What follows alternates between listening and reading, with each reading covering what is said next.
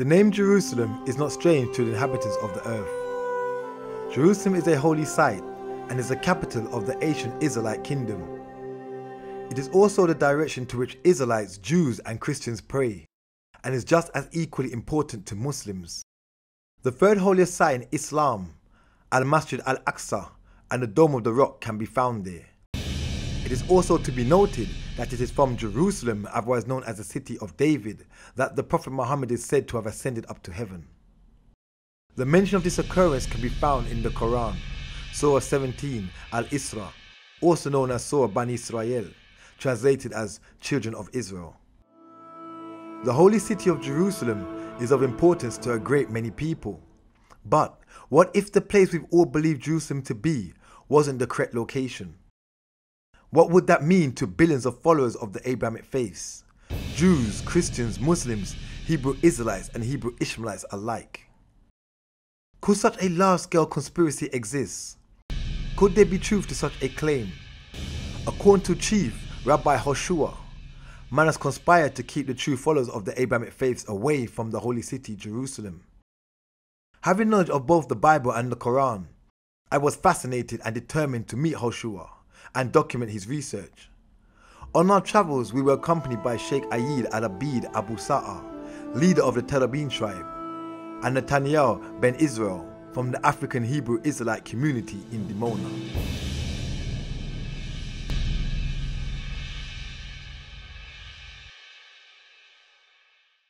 Oh, hey, brother, you made it, man. Hey, hi, Chief, how are you? Oh, man, you know, I'm trying to stay out of it. Americans say we dying like a possum. Well, listen, man, I want to thank you for inviting me here to Tel Arad. I'm looking forward to hear more about Jerusalem, about your great findings and amazing work you've been doing here in the Holy Land. Well, it's an honor, brother, to have a brother finally putting forth the truth of what's going on here on the level of a documentary and what you're doing. And I love your work. Thank you. See what I'm saying? I'm honored to be a part of your work here. And you're looking at what's happening here, and I'm happy I had us meet here because this is the complex that our community first came in. When we first came to Israel, this is the complex in Iraq that we first came. And the reason why I wanted to start here, we got actually my officers over there.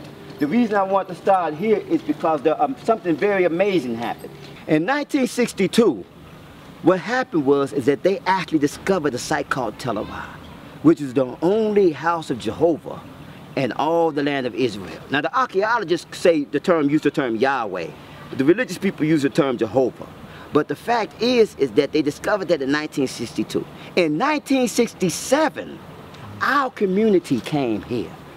Now most people think that we came to Dimona first, but in actuality, we were brought right here. So you're saying, brother, that the community first came to Arad, not Dimona? Exactly. Interesting. I didn't know. And most people don't know that. You follow me? The fact that the Most High brought our community directly to Zion. And you're actually standing on Mount Olive right now. Okay. You see, so we're going to show you the actual Mount Zion, which is supposed to be east of Mount Olive. But before we do that, we're going to take you to our office here, our cultural center, and give you the lowdown, give you the rundown. We're going to sit down and we're going to give you the basic information that we give everybody when they come here. Okay. And then we're going to take you to the spot. Sounds good. Sounds interesting. Looking forward to it. Let's go. I just want you to give us your understanding of, Jerusalem and the history in the Holy Land. Well, before I do that, let me first make the statement that my people, when they first came to Israel, we came here looking for Mount Zion. We came here looking for freedom. We came here to repair the breach of slavery and the curse of slavery. But first, let me make the statement. We are at, the center that we're at is a cultural center. It's a new day, and we're actually in Arad in the cultural center. Now, the reason we're in Arad is that when my community first came here, they came here to Arad. Okay. The first group of my people that came to Arad. Now, our story, my story, goes back to, you can see here, Martin R. Delaney, 1812 to 1885. And you can see here, Martin R. Delaney, he was the father of nationalism in America. Oh, black nationalism in America. Right. You see, so now what's happening? So you had a community. Now look at his research. His research said from 1836, in search of black Israel. So he actually went out in 1836. And if you know anything about America, most blacks were still in slavery at that time. But you did have what you call a free blacks that was in slavery. My family was never slaves, you see. And what happened was is that he saw this article here of a Ashanti priest in Africa with the breastplate on. You see, and this sparked his interest to go out looking for Israel throughout the world. And what ended up happening, because most of the slaves that were in Africa or in America came from the west coast of Africa. So it was various different spots. And then of course they came down from Israel to the west coast. So what happened here he was able to accumulate, from his research, he was able to find Ephraim or Levi, the tribe of Levi. And you can see the tribe of Ephraim, which we're from, and various different other Jewish tribes throughout Africa. You see, so this was the foundation or the understanding of what is called the Black Jew or the Hebrew Israelite movement in America. And what ended up happening here is that he went farther than Africa. He was able to also do the research and reach as far as China. So when they make the statement, the lost tribes, there's no lost tribes. This research and this information lets the world know. And this happened 100 years ago. So can I ask you, how old are these maps? Well, see, this the point is 100 years old. You see, and these people know exactly where the lost tribes are at. They know exactly where they're located. But the problem is they're the wrong color. They're the wrong color. They're our color. And see, what's happening here is that so when you had Jerusalem, when Jerusalem was established, or when it came here in various different Jewish state, they greeted all of the various different Jews to Israel. But when black Jews attempted to come to Israel, this is an article here, black Jews scorned in Israeli homeland. You see, so this is centered around my community, because see, my community had came here, and you can see this date here, 1984. Yeah. My community had came here in 1967. You see, and we announced to the world that we were the children of Israel at that time. So at that specific time, after they got to a certain point in Israel, after we had been here 20 years, they got to the point where they said, well, you know, what are we going to do with these blacks here? Because we were the first blacks to actually return to Israel before the Ethiopians, before anyone. But you had blacks here that was living among, you know, the Bedouins, but nobody ever told their story. Nobody even ever talked about them. But when we came, we were the ones that actually came back and said that we're the children of Israel. So here you have Israeli soldiers hold black Hebrews under siege. This was in 1967. So at that point, that's when I came into play. You see, this is a chart here that was given to me, and all those that watch my YouTube videos or whatever, Prince Keskiyahu and Prince Elkanah coming to me in America, they gave me a list of all of the people here that was arrested. And this was during the time of what's called the siege. Okay, you saw that guy Absalom that was here before. Yeah. Now he's actually on this list. He was among the people that was arrested and that was taken to incarcerated not so far out of Beersheba. And at that point, even Prince Keskiyahu's mother was arrested and was taken out in her underwear. And they came to America and they was seeking the support of the rabbis and the support of the Hebrew Israelite community. The rabbis had actually got in contact with me, and there's a video online, and as we tried to start mobilizing all of the Israelites across America to try to support our community here in Dimona.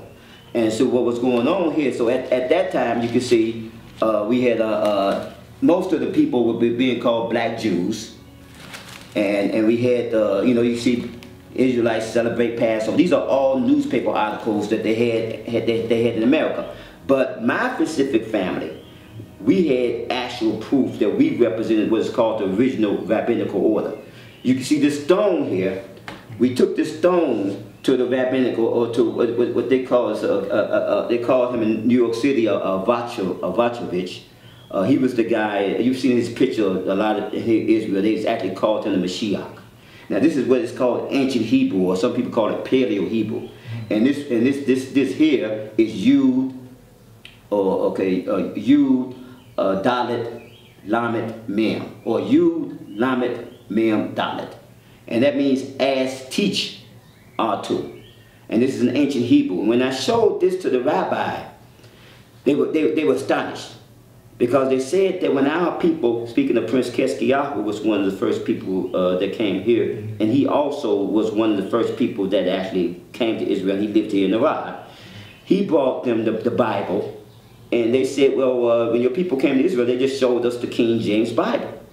You see, so we didn't realize that they had any type of actual artifacts to substantiate that they were from the actual children of Israel. And I said, well, that's not something that we go around telling everyone. You see, so at this point, we're bringing this information to your, to your light, to your eyes, in order to try to stop the deportations and stop the arrest, because the actual children of Israel have returned. And what happened was we presented him with what was called the ancient Hebrew Torah. We showed him the Torah there in ancient Hebrew. This one here. And I'm the first person in history to actually translate what is called the ancient Hebrew word for word into English. And when I got the word that the hostilities was ceasing, they actually allowed me in Israel. I was one of the first people, what I guess you call it, an embargo or whatever, because they wanted to let down people that actually was allowed to get on the airplane to come to Israel. Again, on YouTube, you can see the video of me actually visiting the community in Dimona at that time.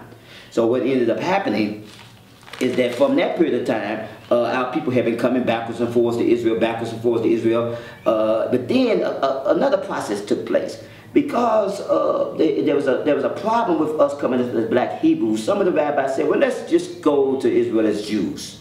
So a lot of various different people in our community started converting to Judaism since they had a problem. See, most of the community that was here already, we wanted to make a political statement. We wanted to say that the Hebrew people, the children of Israel, had returned. So we had refused to convert. We had refused to say that we were Jews at all in any form or fashion. Although we had in America, you have what you call a Hebrew community, and you had a black Jew community. So now you introduced me as chief. I'm a chief among the Hebrew Israelites, which is Asar. But among the black Jews, I'm a rabbi. You see, and I also have a certificate as a minister and as an imam. Now here you can see a newspaper article of me in Chicago, and this is going back to my activities in Chicago, and it talks about it's time to go home without reparations. So in America, we had a big push to try to bring our people back to Israel. And you can see here that this is the front page. I got a front page. This is the top part, Chicago. This is front page news in Chicago. Now this is another article here where it's not just that's the second page, and you can see the same picture. So that a call for reparations grassroots political level. So what happened is that we had came out, we started talking about, and this is the Hebrew Israelite community or organization called the YOU, which is, you see the flag behind you, it's the U flag, talking about the conglomeration of all the tribes of Israel coming together.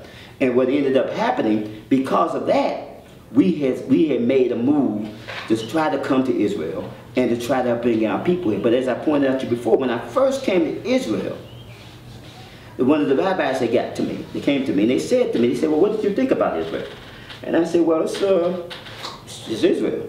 They said, what do you think about Jerusalem? And I said, well, I don't know. I said, well, what do you mean? What do I think about it? They said, well, we have reports from our people that that Jerusalem isn't actually Jerusalem. I said, well, I don't know. I said, I went to the wall and I prayed just like everybody else. Before I went down to the Mound, as soon as I got off the plane, I went to what was called Jerusalem. I said a prayer, and then I went down to the Mound. You see, so, and you can see again on YouTube my video of me going to Jerusalem at the first time. This is all up online. So what ended up happening, they said to me, well, they said, we're really interested. We think it's getting to the point of prophecy where we need to try to understand where is Mount Zion. They said most of our people, and even most Jews, don't believe that all the lost tribes should come back until Zion is discovered, until we get an idea of the actual Jerusalem. And our people in Des Moines, there's a lot of people that are saying that that's not the actual Jerusalem. You see, so because you read ancient Hebrew, you're a scholar among our people, you're also a rabbi, we're interested in you doing an investigation in that area. I said, well, okay, beautiful. I said, right now we're dealing with the reparations thing. And so I said, so I have no problem in trying to go to Israel and trying to you know, finish the try to get an idea of you know, what's happening. So that process took place in 1987. So from 1987 up into the time of the reparations, I had actually been going backwards and forwards to Israel every year since then. By this time, and as you can see here, I came to Israel. And in the year 2000, and I had actually came across an ancient newspaper, ancient Jewish article here. And we gotta pull this out for you here. And see, I had actually came across a Jewish newspaper article, and it just really sort of just changed my life. And now I need you to do a little talking, a little getting into here now. Okay, let me put this cane down. And this is the article, this is the original article back. And you see what it says at the top there? Chicago Jewish Star. Chicago. So this was in a Jewish newspaper. And you can, but what's happening here, what you see here is not what they call Hebrew. This is actually Judicata, what they call ancient Hebrew. This is the same Hebrew that's on the stone here. So when I saw Bet Yahuwah, or House of Jehovah here, I said, wow. Where did that come from? So now, and I read. So I want you to read this article here for me. Making donations to support the local synagogue is nothing new. It happened more than 2,500 years ago. While scholars have long believed that the temples were built and kept up with donations, a sherd of pottery that has recently come to light provides the oldest physical evidence of this practice. So they have found this piece of pottery that showed that indicated that it came from the temple. Can you continue reading that? The pottery above, the picture there, which appears to be a receipt for a requested donation of 3 silver shekels for the upkeep of King Solomon's temple, is the oldest known mention of... Is the what? Oldest known mention of the first temple outside the Bible. So this is absolute proof that is the oldest known mention of King Solomon's temple outside the Bible. So when I saw this, when I read this in the newspaper article, it was just totally amazing. You see, so what ended up happening at this time, the internet wasn't really something that it just started to come on. As you can see here, the old page from the internet, you can see what says 2000. Yeah, 2002. You see, so I wasn't really able to get a lead on this until 2002. And that's when, so you can see the article here, the same piece here, and then it goes off into giving you some type of what they call the interpretation. But take note of this name here, as Yahshua. You see, and this specific name, take note of that name. And see what happened here, so this is another piece that we pulled up. You see, but then notice what it says in English. Go back. The house of Yahweh. Inscriptions. So now, so we got verifications that this is actually, what does that say? This says Bet Yahuwah in Hebrew, and that's saying the artifacts. So you got 2 indicators here that these artifacts come from the house of Yahweh. That was totally amazing. You can see the artifact that we have here that actually says that this was the oldest evidence of King Solomon's temple. But then when I actually started going through the internet, I looked at this, and then lo and behold, I actually finally came across something that actually identified where it came from. And where you see what it says there? Yep, from Iran. From Iran. You see, but then they made a statement here that they had actually had 2 artifacts that had came to light And here goes the second one. And it also said, I saw there Bet Yahweh, and it says where? At Arad. At Arad. You see, and so here they had the name here. And I remember I told you that this name here, sometimes they make in Hebrew, they would make, or in English, when they translate it, they make the E the A. So this is actually the name here of the first person and the first artifact. So you have Eliphaz, the son of Eliah, which is the same as Adiah, which is the same individual. So this is the father and the son. You have the father being identified as this artifact, and the son being identified as this artifact. And both of them say that they're at the house of Yahweh, which they say came from Arad. And see, so here we have another artifact. And take in mind, I'm doing all of this research from America before I came to Israel. Yeah. Take it in mind. Now see, this here is a piece here. But can you make that out there? It says, today one Israelite temple is known that is contemporary with Solomon's temple, to which it can usefully compare the excavated temple is at Arad. You see, so now they're saying that this specific spot that they found can be compared to Solomon's temple. Now you can imagine how I felt when I read that, because now we're actually looking for the actual Mount Zion. So now, and I saw the artifact, and then I'm doing my preliminary research before I get there to try to get an understanding of exactly what I'm looking at or what I should see when I get there. And I come across information like this.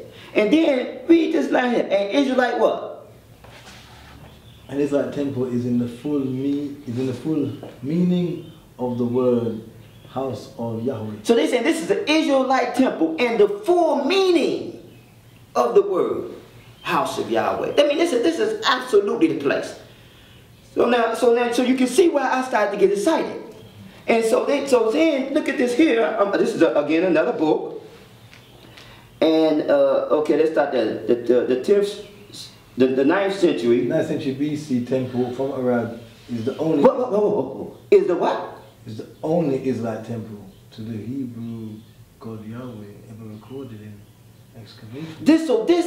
When they came across this, they said this is the only Hebrew temple. They didn't say Jewish temple. They said to the only Hebrew. What are we? Hebrew Israelites. You see what I'm saying? To the only Hebrew, to the God of the what? Israelites. You see? And what are we? Hebrew Israelites. So this is pinpointing, letting us know the place that we should, the house of Yahweh. And they say in the 10th century, now that's David and Solomon's time. Now understand what's happening here. This is absolute proof. This isn't based upon religion. See, when you start digging things up, then it becomes historical fact. For instance, when a policeman goes on a crime scene, he's looking for evidence.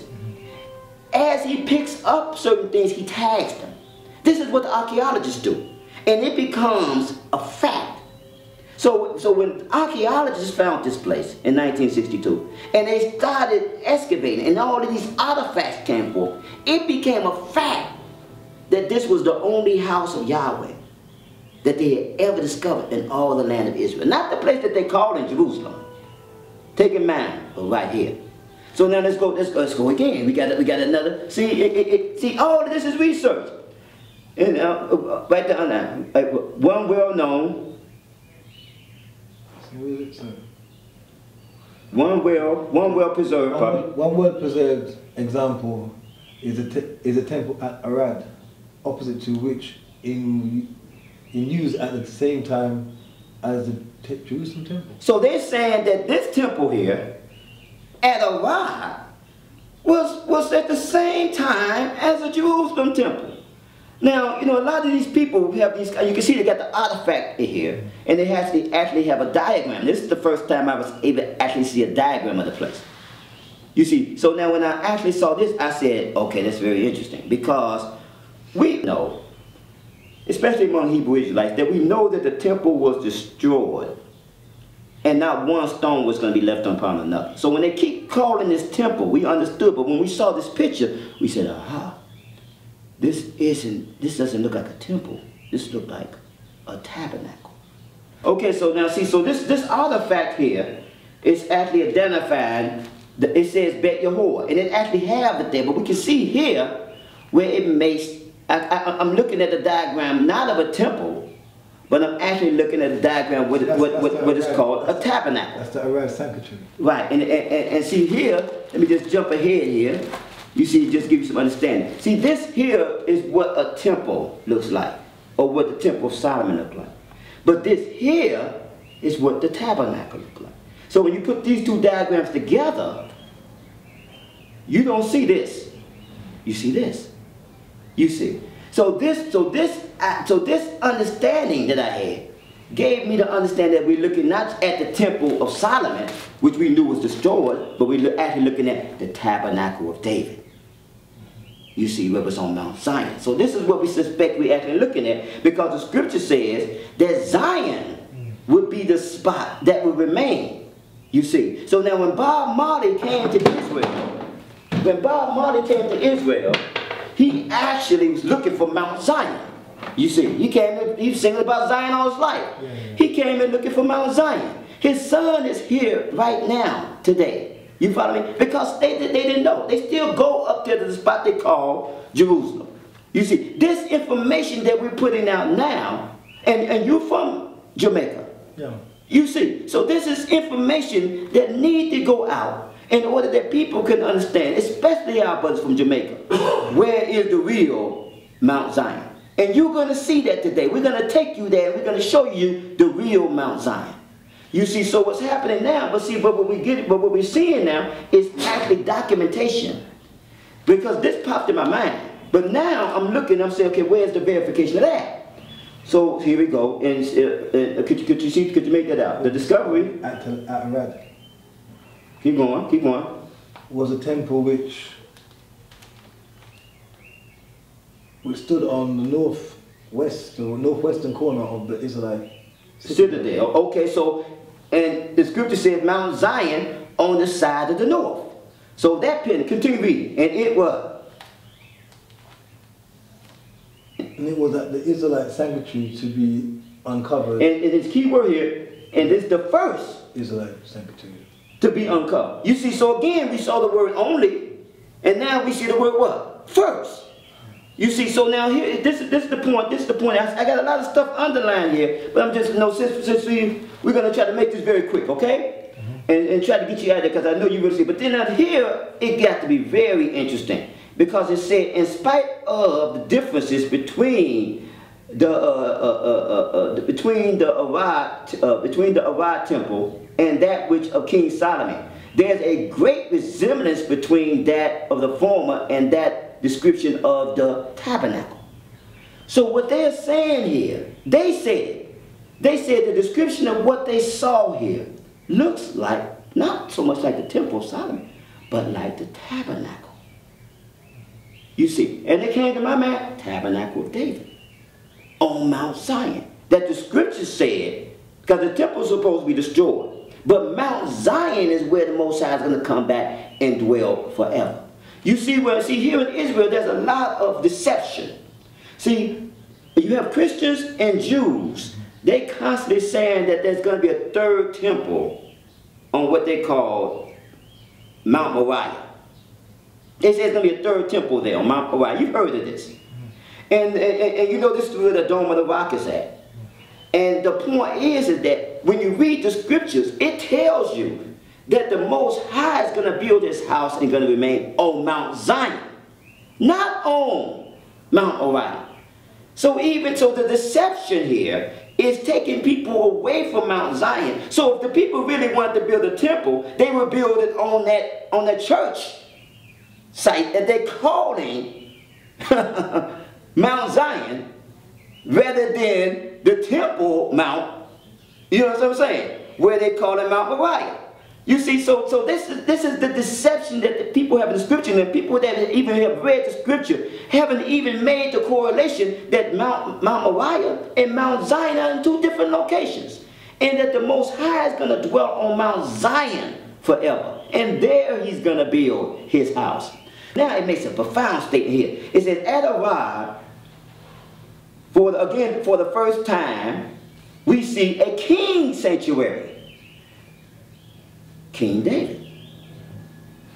You see? Yeah. So what's happening here, we actually see here where it actually tells you that they then found a king sanctuary for the first time. And this is a tabernacle, the tabernacle of David. So as I'm doing all this little research here, it's just coming together. All this, again, is in America. Now, I got to have you read this here. It says, there can be what? No doubt that the shrine in the northwest corner of Arad fortress had all the architectural elements of the Jerusalem temple. Wow, they're saying everything here in Arad have all of the elements, everything that's supposed to be there, that they should have found, but they never found, as what should be in Jerusalem. You see, and they go off into say it's the tabernacle, the courtyards, everything that's there. And then they go down here, Levitical name inscriptions found around. So they actually found the names of high priests, Zadok, also in this place. That was just totally amazing. You see what I'm saying, huh? So you can see how, I don't know how you still sitting in your seat, because I start to jump up and down. You know what I'm saying? When I start to see this stuff, when I start to see these things happening. So what we're going to do now, but this here is the thing here that really set me off in motion.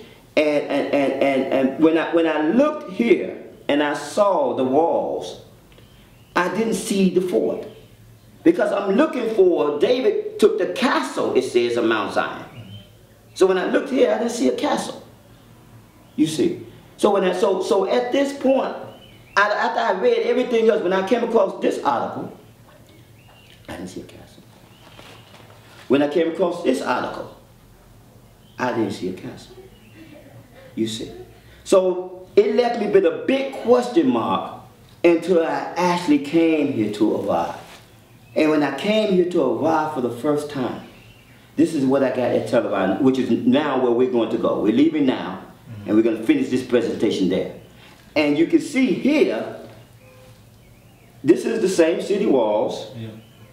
But what's missing? Here, the castle. Right on the end. You see, it's actually missing. They took it out. So this let me know which is where the house of Yahweh is, which is where the actual artifact, and they promote here this place as the Canaanite city. They don't promote it as the house of power. Yeah. You see, the only one that they found in the land of Israel. So when you get there, very few people are going. And look at this other article. It's missing there too. So we have two books that for somehow actually took out the actual main thing that they should be promoting. You see, so when people say that this to me is proof of the cover-up, proof of the deception. So now, let's go and see for yourself. After listening keenly and seeing Chief Howshua's extensive research, I was left without a doubt that he was onto something. As we drove to the site Howshua calls the real city of David, I couldn't help but wonder, was he unveiling the greatest religious cover-up on earth? And how would this impact Jews, Christians, Muslims alike? My thoughts were brought to a halt as Howshua began explaining a diagram on his laptop as we drew near to our destination. Now, see, as I approached the place, just like we're approaching it right now, yeah, I was amazed because this is a picture I pulled up in America about what the city of David is supposed to look like. And they showed Zion, the fort, being at the top, and the temple mount here, and the gate, or the eastern gate here. Now, as I'm driving up here, now look, do you see the fort? That's the fort here. Howshua had asked Shaykh Ayid to stop. He wanted to elaborate on the misconceptions and why. Now what was happening here is, you saw as we walked up here, remember when we showed you in the office, yeah, we made a point of how we saw the walls in there, but we didn't see the fort. So when I came here, and as I'm driving up, just as we doing right now, I saw the fort. I said, unbelievable. You see, because you can see it. It says the city upon the hill, what? Cannot be hidden. See, Zion was the fort that they was trying to take, and they couldn't take it. All of Israel was in this whole area, but they couldn't take this fort. And what happened here, that fort is supposed to be on top of the hill, and then on the other hill is supposed to be the temple. And then you saw the walls that's preceding it around. So this is the exact picture of Jerusalem. You see, and many people try to come to me, they say, wow, you're a genius. You're a genius. Well, you know, you trying to tell me that I'm the only one that knew that this was the house of Yahweh. No, we have the proof that the world knew it. But the fact is that we, the children of Israel, the Hebrew Israelite people, are the ones that's pointing the way. You see the Shaykh praying. Now see, this is deep. Because look at, now you see his Zion here, but the Shaykh here is actually praying toward Mecca. See, years ago, when the Prophet Muhammad was here, peace and blessings upon him, there was a decision that was made whether we should pray toward Jerusalem or we should pray toward Mecca. You see, so it was decided among our Islamic brothers that they would pray toward Mecca. But the children of Israel are commanded to pray toward Jerusalem. You see, so this is the significance of what we're dealing with here now. So now everybody, all the children of Israel that's up in between that point, they're praying in the wrong direction.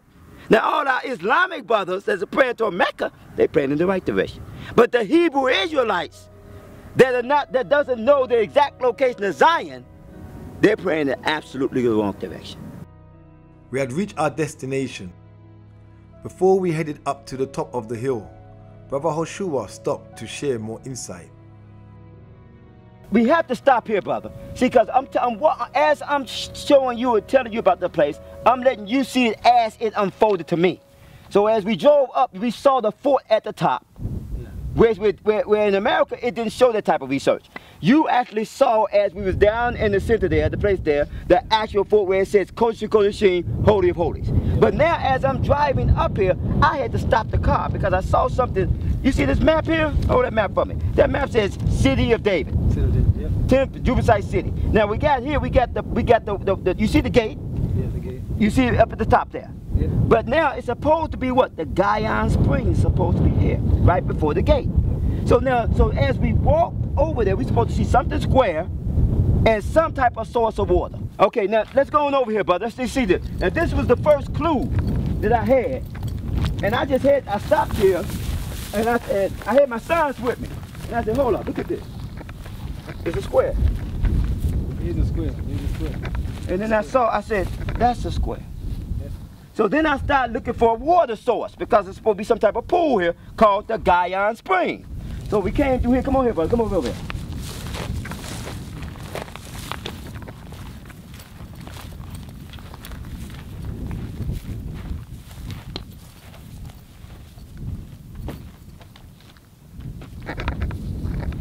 And we saw our water source right here. We saw our water source actually right here. You see, so this is the pool from the guy that came down from the source, the underwater stream that filled up this pool that became known as the Guyana Spring. So this was our first sign of Zion and Jerusalem. That when you go up to the plot they call Jerusalem, this don't line up at all. Okay, now these steps that we standing in is written in the book of Ezekiel where it talks about the high priest as he come into the temple. And it makes a statement that in the scriptures that the Mashiach is going to walk up these steps. And the gate that you see in front of us here, that eastern gate, only he is going to be able to enter into it. But so now let's stop right here. Most of the time, see, so you can see right here, Jerusalem is supposed to be a desert, supposed to be wasted. It says Zion which no man seeketh after. So do you see a crowd of people trying to get in here? No. You see, so this fits the prophecy of what the scripture says. Zion shall be a wilderness and a waste place. And you see right here where it says Jerusalem shall be plowed like a field. So what you're seeing here is the fulfillment of prophecy. And between here and there, you see that little water area? Yeah. Between here and there, there's supposed to be what's called the Guyana Spring. Or pardon me, it's supposed to be called the Kittrick Valley, the Book of Kittrick. And it's supposed to be right there in the area where you see that water at.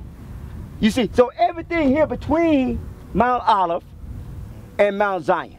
So this fits all of the geographical locations. It fit the scriptures, the geographical scripture, and even down to the T in the prophecy, we say, Zion which no man seeketh after. So when you've been to that place they call Jerusalem, right? Yep. They piling in there trying to get there, breaking their necks trying to get there. But the only house of Jehovah in all the land of Israel, ain't nobody trying to get here. Interesting. So now let's show you another piece of prophecy right over here. Because we showed you the actual spring at the bottom, the source. But now let's show you here the prophetic source of when it's going to come from in the future, right here. Okay. Now you see right here, in the book of Ezekiel, it goes off and talking about how in the future, when the children of Israel return and they start praying here in the holy days, what's going to happen is the water is going to spring from this source. Now you saw the source below. The water, the original spring sprung here, and then it went down in this direction and filled up that pool along with the other source there. And according to the scriptures, it's going to come from here, it's going to spring from there, it's going to spring from there, spring from there, spring from there. And it says that as the river flows, it's going to get bigger, bigger, and bigger. Springs are going to spring out throughout the whole of the land. And it says one stream is going to go right down toward this path. And another spring is going to go down to other path. And it's going to go down to Yamamelech, the salt sea. And one part of the sea is going to be healed. And another part of the sea is going to remain salty. So we're going to actually see that as we go down to the borders of Judah. And as we examine the borders of Judah. But this is another prophetic proof. And it's still here today. Now let's walk inside. Okay, now what's happening here is that most of the people, when they walk up here, they have no idea of what the bridge is. And you saw the Shaykh down there as he was praying. This here is the area where all the people would come and pray and prostrate, right in this area here. And then they would come in and they would walk around here, and then they would say a prayer right in here. They would kneel here, and they would say a prayer in this direction. And then the priest would come, and they would come from here, and they would give their offerings to the priest, and then he would walk inside. And then the people would walk out here. So as you can turn, so right now you're standing in the wide path, and then that's the narrow path as the people walk through. But what is this here, right here in front of you? I want you to read this. Take that sheet there and read what this is actually here. Because most people, when they look at it, they have no idea what this is. Okay, it says the entrance is a bench. And it's a what? It's a bench. It's a bench. So this is a bench. This is where you would come and you would do what? You would sit. You sit. So let's continue. Continue reading that, brother. And a unique structure. The bench built an ashlar along the outer wall of the northeast gate tower. Is 4.5 meters long. It was probably on such a bench that the elders of Israel used to sit. So the sheikhs used to come here and they would sit right here on the bench. Continue. When the psalmist speaks of those that sit in the gate, Psalm 69 verse 13. Oh, interesting. He must have had in mind a bench similar to the one Ruth discovered here. A good illustration is given in the book of Ruth 4 verse 1 and 2. Okay, so you can actually find the Bible. And that's the point. See, all this is scriptures is describing the bench, and how the elders would come here and they would sit there. Continue reading the Ruth.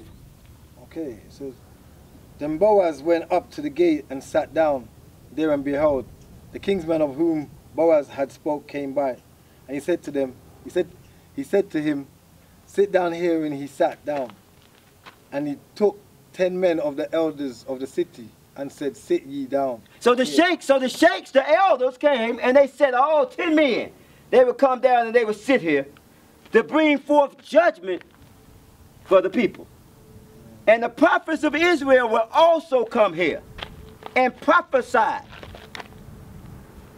And of course, we didn't listen, because that's why we got cast out the land. But this is the area right here where they would sit here and they would prophesy in the words of Jah Allah, and they would put forth everything that Jah Allah brought to us. Again, because when we were rebellious to Jah Allah, we were rebellious, and we was cast out of the land. So now, right here, this tells you, and this is the proof of the time frame that we're dealing with here. Now, this was David's period of time. We're talking about David's time period. So this is the 10th century BC time when David came, then and Israel ruled, and then after Israel ruled, you had the Persians came in, the Greeks came in, the Romans came in, the Byzantines came in, and then we have the Arab period. Now the artifacts that they found here, this is the list of the artifacts. They found Hebrew artifacts from David's time, from Solomon's time. Notice, they first found the artifacts in David's time, because this is what? The Tabernacle of David. They found the first Hebrew artifacts here in this time. Then Solomon's time. All the way to then they found the Aramaic when the Babylonians came in here. And then the Greeks. And then the last piece here that they found here was Arabic.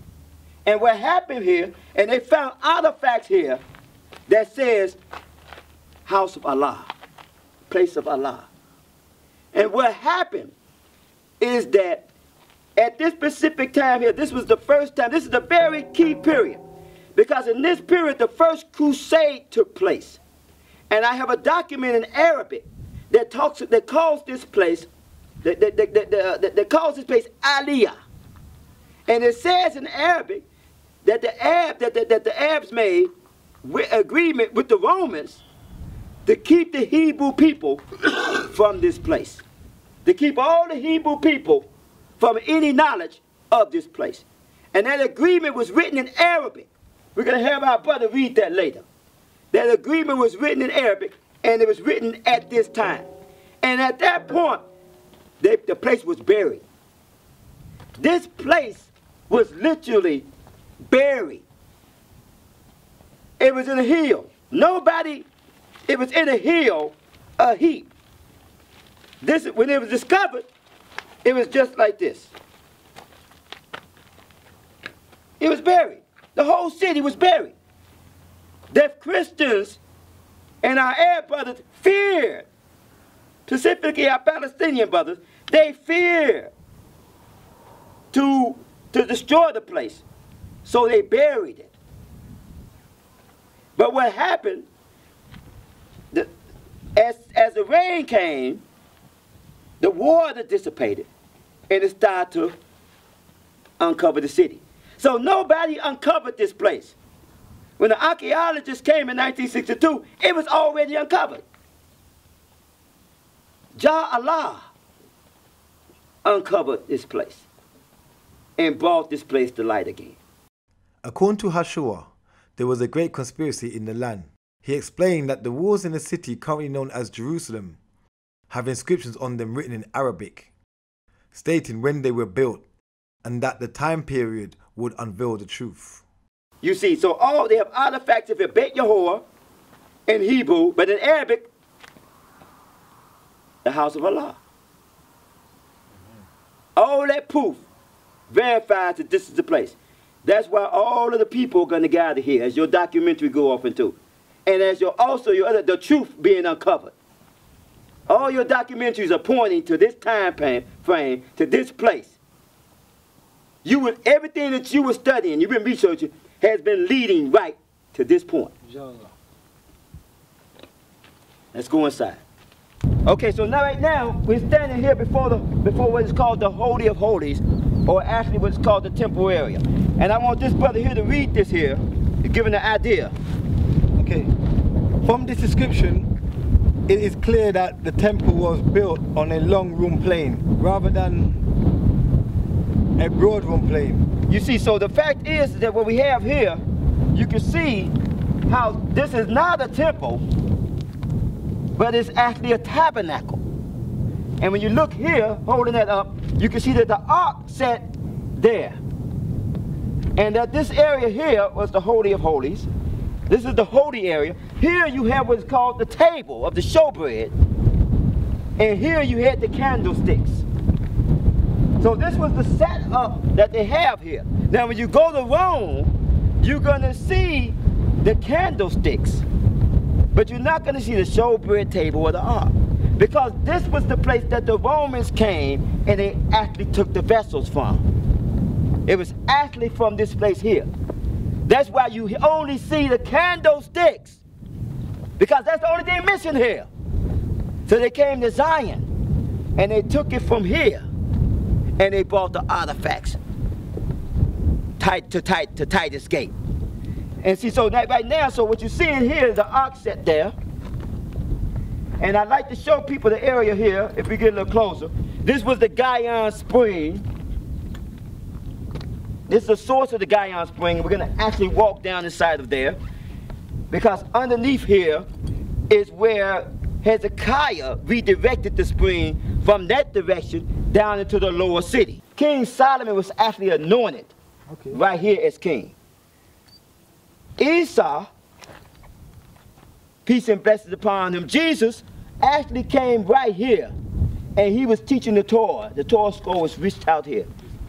When he walked that 2 miles from Mount Olive, ate in the cornfield, and then he came up here to Zion and taught in the Shabbat, in the Bet Knesset. You see, so now we're going to take you down in the area to see what they tell everybody, what the archaeologists, what everybody been telling everybody. No, stop. But before we do that, we need to show you why this place is called Zion. Let's step right over here. The reason I had to take you over here, because this is the main reason why this place was called Zion. And I'm curious, what did that look like to you just looking down there, just off the top of your mind? It's a ditch. It's just a ditch, huh? And we said, actually, this is a pool. You see, and most Jewish people, Hebrew people, understand the concept of what is called a mikvah. You see what I'm saying? And people would come here and they would swim. Because after man had sex, after a woman had a period, they were demanded to keep themselves clean. And they would have to come and clean themselves. The word Zion meant actually swim in as. In ancient Hebrew, it means to swim, to go and swim. The Jewish and the Babylonian Jew American, it means penis. But here it actually means to swim. And this is the pool or the mikvah that everyone would come and they would actually swim in. So this is the reason why this was called Zion. For the purity. This was the place that you would spiritually and physically come and purify yourself and become a new man. You see, so this is what the people have to do today.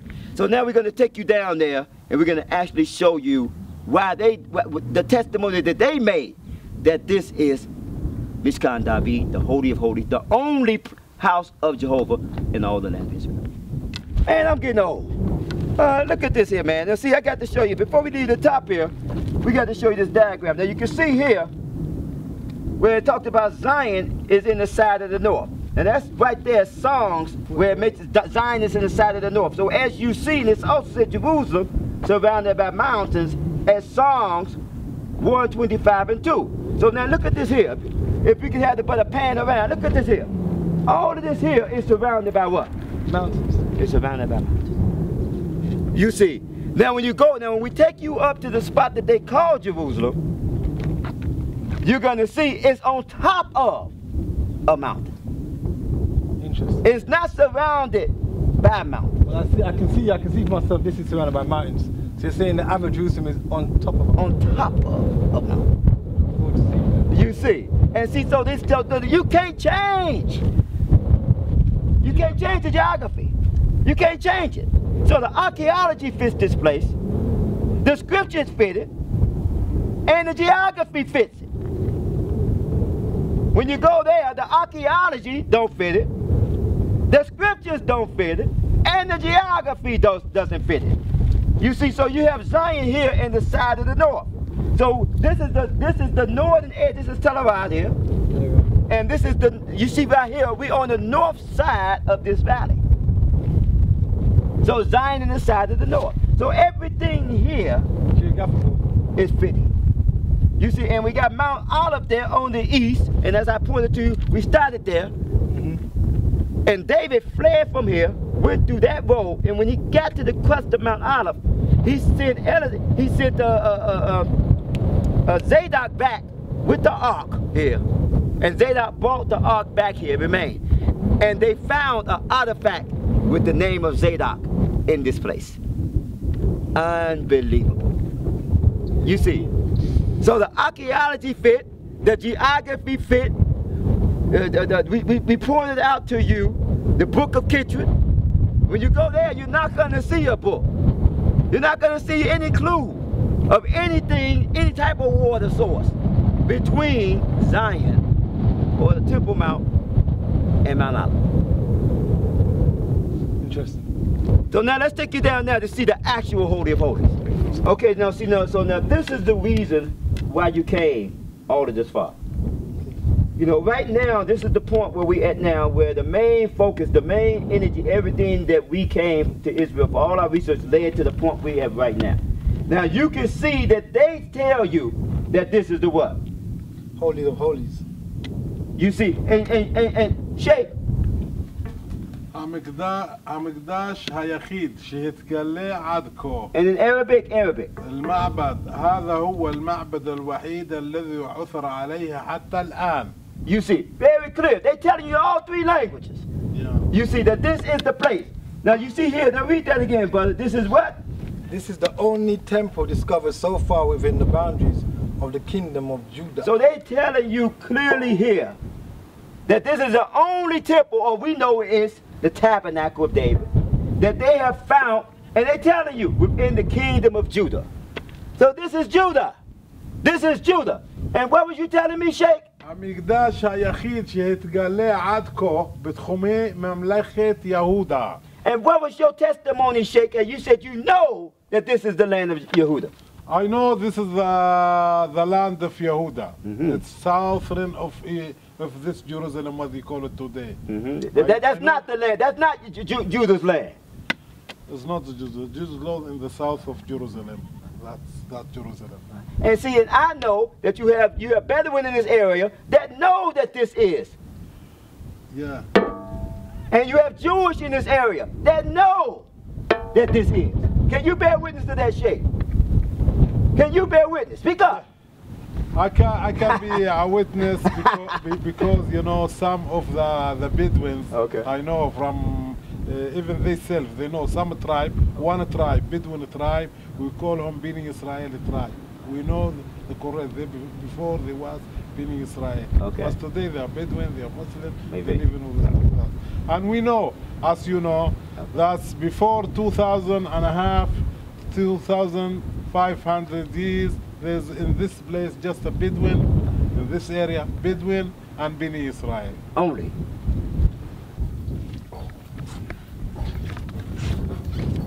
Okay, now as I pointed out to you before, this is the pool that Solomon, the water that was drawn from here, that he was actually anointed from this water. This is a holy. Right here, this little pool. Let's continue on that. Howshua then led us to the source of the Gaian spring.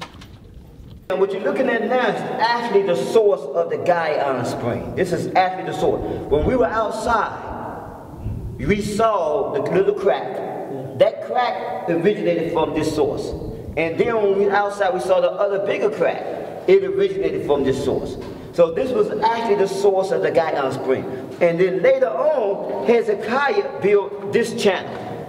So let's walk a little bit further down. You're going to see the channel which Hezekiah built to redirect the water into the lower city. Let's continue.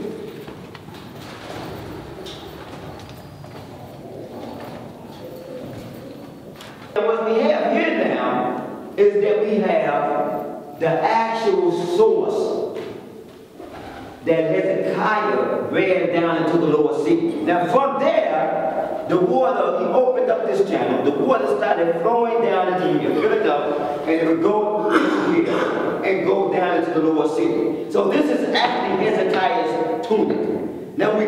spot that they call Hezekiah's Tunic, what you're going to notice, it doesn't head to the lower city. It don't go into an area they call Jerusalem at all. You know what I'm saying? If they call Hezekiah's Tunic in the spring or whatever, it don't take you, it don't stop in the fort. It don't stop what they call the prayer place. It don't stop there. It has no connection with that. You see. And it has no connection to what they call the old city. So you're saying here was filled up and the water went out there.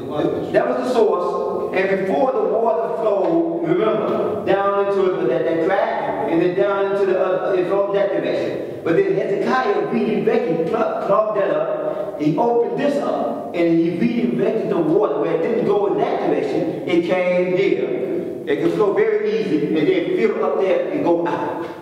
You see, but this is also the gutter that I'm going to show you when we walk up, that Joab climbed through to take the city. You see, but then later what happened, so then he built this wall here, where the ark that was here was able to come down, and the secret chamber, and this secret chamber was being the place where the ark was able to place into the secret chamber, right here. You see, so this is where this hole is. You can see it's just an empty room. It leads nowhere. You see, this was the place where the holy vessels were placed in case of attack. You see, so you will see none of this. Now they knew, and every archaeologist knows, because they studied this, that the ark was in the water source. Okay, now what we just seen here, you won't see this nowhere in the area they call Jerusalem. Now they got an area they call Warren Trench. You see, but it don't connect to the city. It has nothing to do to the area they call the Holy Temple area of Mount Zion. It's in the area that they call what they call the actual city of David. But see, because they said two lies. First, they told the world that that actual spot, the walls, there was the city of David, and the Temple Mount was the city of David. That was the first lie. Then, actually, when they found some archaeological information, then they said, well, this is the city of David. And then they said, well, this is the route. But it don't connect to any fortress at all. So we're going to show you all of that. So now let's go up now, and we're going to show you where Joab actually climbed in here and how they actually took the city. That's the next stop. I was looking forward to seeing the historical spot which marked a very important stamp on the Israelite claim for Jerusalem from the Jebusites. Okay, now you can see here where it says the water channel. Yep. Now right here, when you look down here, this is actually the spot where Joab and them came at 2 Samuel here at 5 and 8. It shows in that scripture, you will see that they came here and they took the city. And here goes the diagram. I'm going to put that in your hand here, where you can actually see the water channel and how they climbed through here and came past the wall into the Lord's city. You see that part right there? This is the area there. This is the channel that they came and crawled through. This here, now stop. This here is the little round hole area, and this is the upper area, which is my seated foot. This is exactly what we see here. Now I didn't make these diagrams up. I didn't make these scripture diagrams up. Nah, truth. Evidence is amazing. I mean, it looks exactly the same. There's no difference. Exactly the diagram. Now normally I have a couple of brothers. If you guys watch my Facebook and YouTube channel, you see I have a couple of brothers climb through there. You see, but we couldn't get no volunteers today, could we, brother? Okay. So what's going to happen here now is that, so this here is also, so we showed you from the bottom how Hezekiah redirected, because the water was flowing in that direction. Hezekiah redirected it from the gutter outward into this direction here, and then he built a chamber down into the lower city.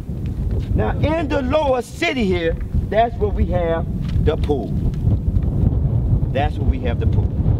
And in the direction here, let's see if we got the diagram here.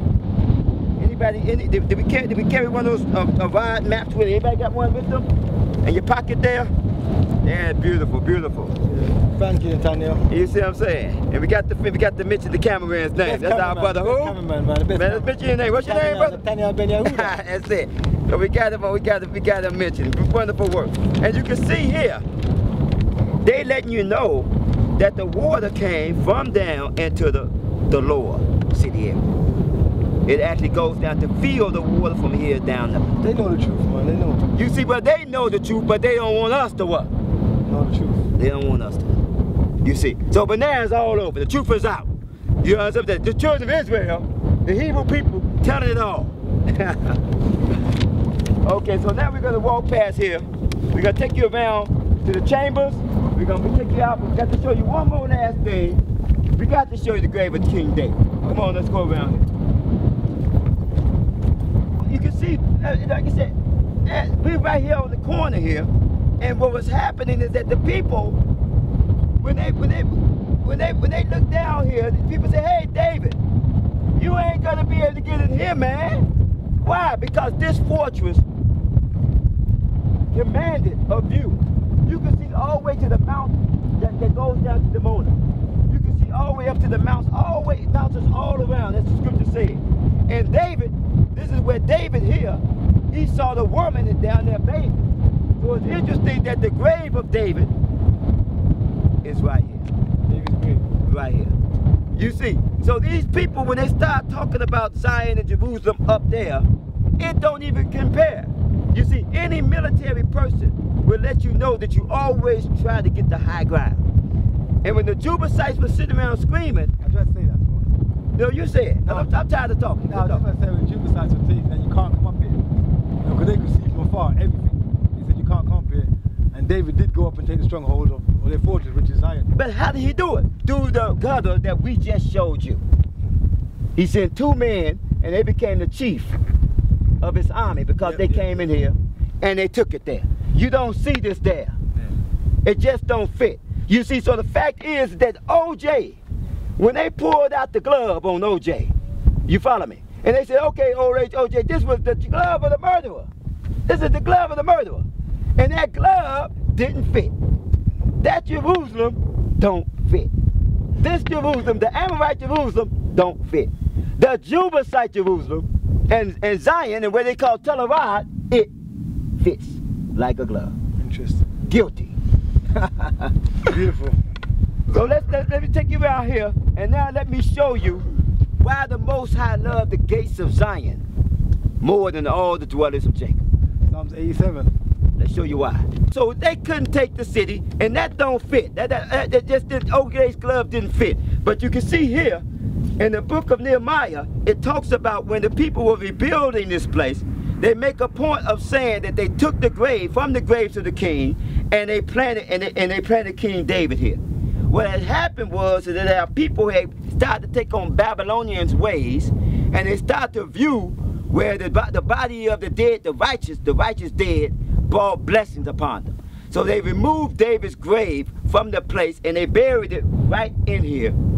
And this was the grave of King David. And that was the grave. Well, we're gonna leave whose grave that is a secret. We want you guys to come to Zion, and I'm gonna show you all the rest of the sequences here. But let's take you over to what's happening here and why this place was actually called. You know, why the Most High loved the gates of Zion more than he loved all the dwellers of Jacob. Okay, now this food chamber here is the place, and you have another one on the other side there. This is the part of the gates of Zion. And you can see here, right there, you can see the sheep that we just brought in here recently from the last holy day. And what happens is this will be full up with sheaves. And this will be food for the poor people. The poor people come to the gate there. The priest will come here and gather out wheat and will give to the poor. So the Most High loved the gates of Zion more than all of the dwellers of Jacob because of the food pantry that was here for the poor. What we're going to do now, see, you just basically saw here the upper city. Now we're going to see the lower city. But then after that, we're going to take you to see, you see what it says Gilgal there? Gilgal, yeah. That hill right there is where Yeshua, where Jesus, peace and blessings upon him, was crucified. You still got stones there. Because the Romans used to take them along the highway, and they wanted everybody to see they crucified. The stones that they used to prop the crosses up with are still there. Unbelievable. And what happened here, after when you pass by there, you go to Bethlehem, right here. Bethlehem is right over there here. Bethlehem was the place as a burial place. It was a burial place where they used to, where everybody would die in the city, they would take them there. The Romans used to crucify people there and take them there to bury them. They had a fortress there that when Jesus was born, he came down that hill. The fortress and the well is still there. So when David took the city, his soldiers, he asked them for water.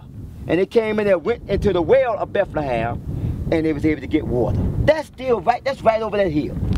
You see, and that's where we're going right now.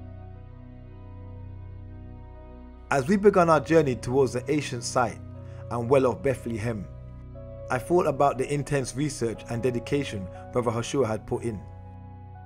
It felt divine. He had obtained a wealth of information and was happy to share all that he had come to know. Like a sponge, I absorbed it all. Howshua asked Shaykh to make a stop down the road so that he could further explain the relevance of the current location and where we were heading. Okay, now you see here, this specific map that we're looking at was basically 17th century, but it's based upon Josephus' map of Jerusalem. So right here, we just left, as you see, if the brother can swing around here, we just left Tel Aviv there, and you can see the Mount of Zion, the mount right up on the top. And right in the line with that, you would actually see Gilgal. And this is where Jesus, Yeshua, was crucified. You can see the two black eyes there. You see, so now when you go to the place where they call Jerusalem, they show the same type of cave there.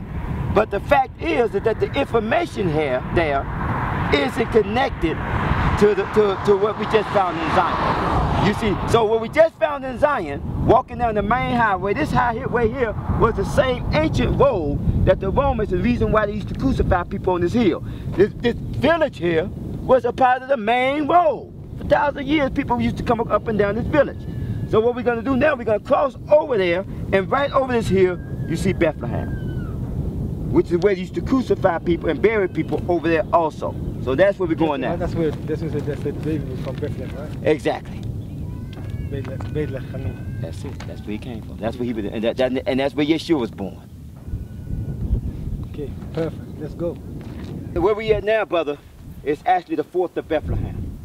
And you can see now, we're going to walk along the path of the entrance, the gate. And you'll be able to actually see, as we go through the entrance, where they had to attack to get the water inside the well. So let's continue here. Let's continue on this way.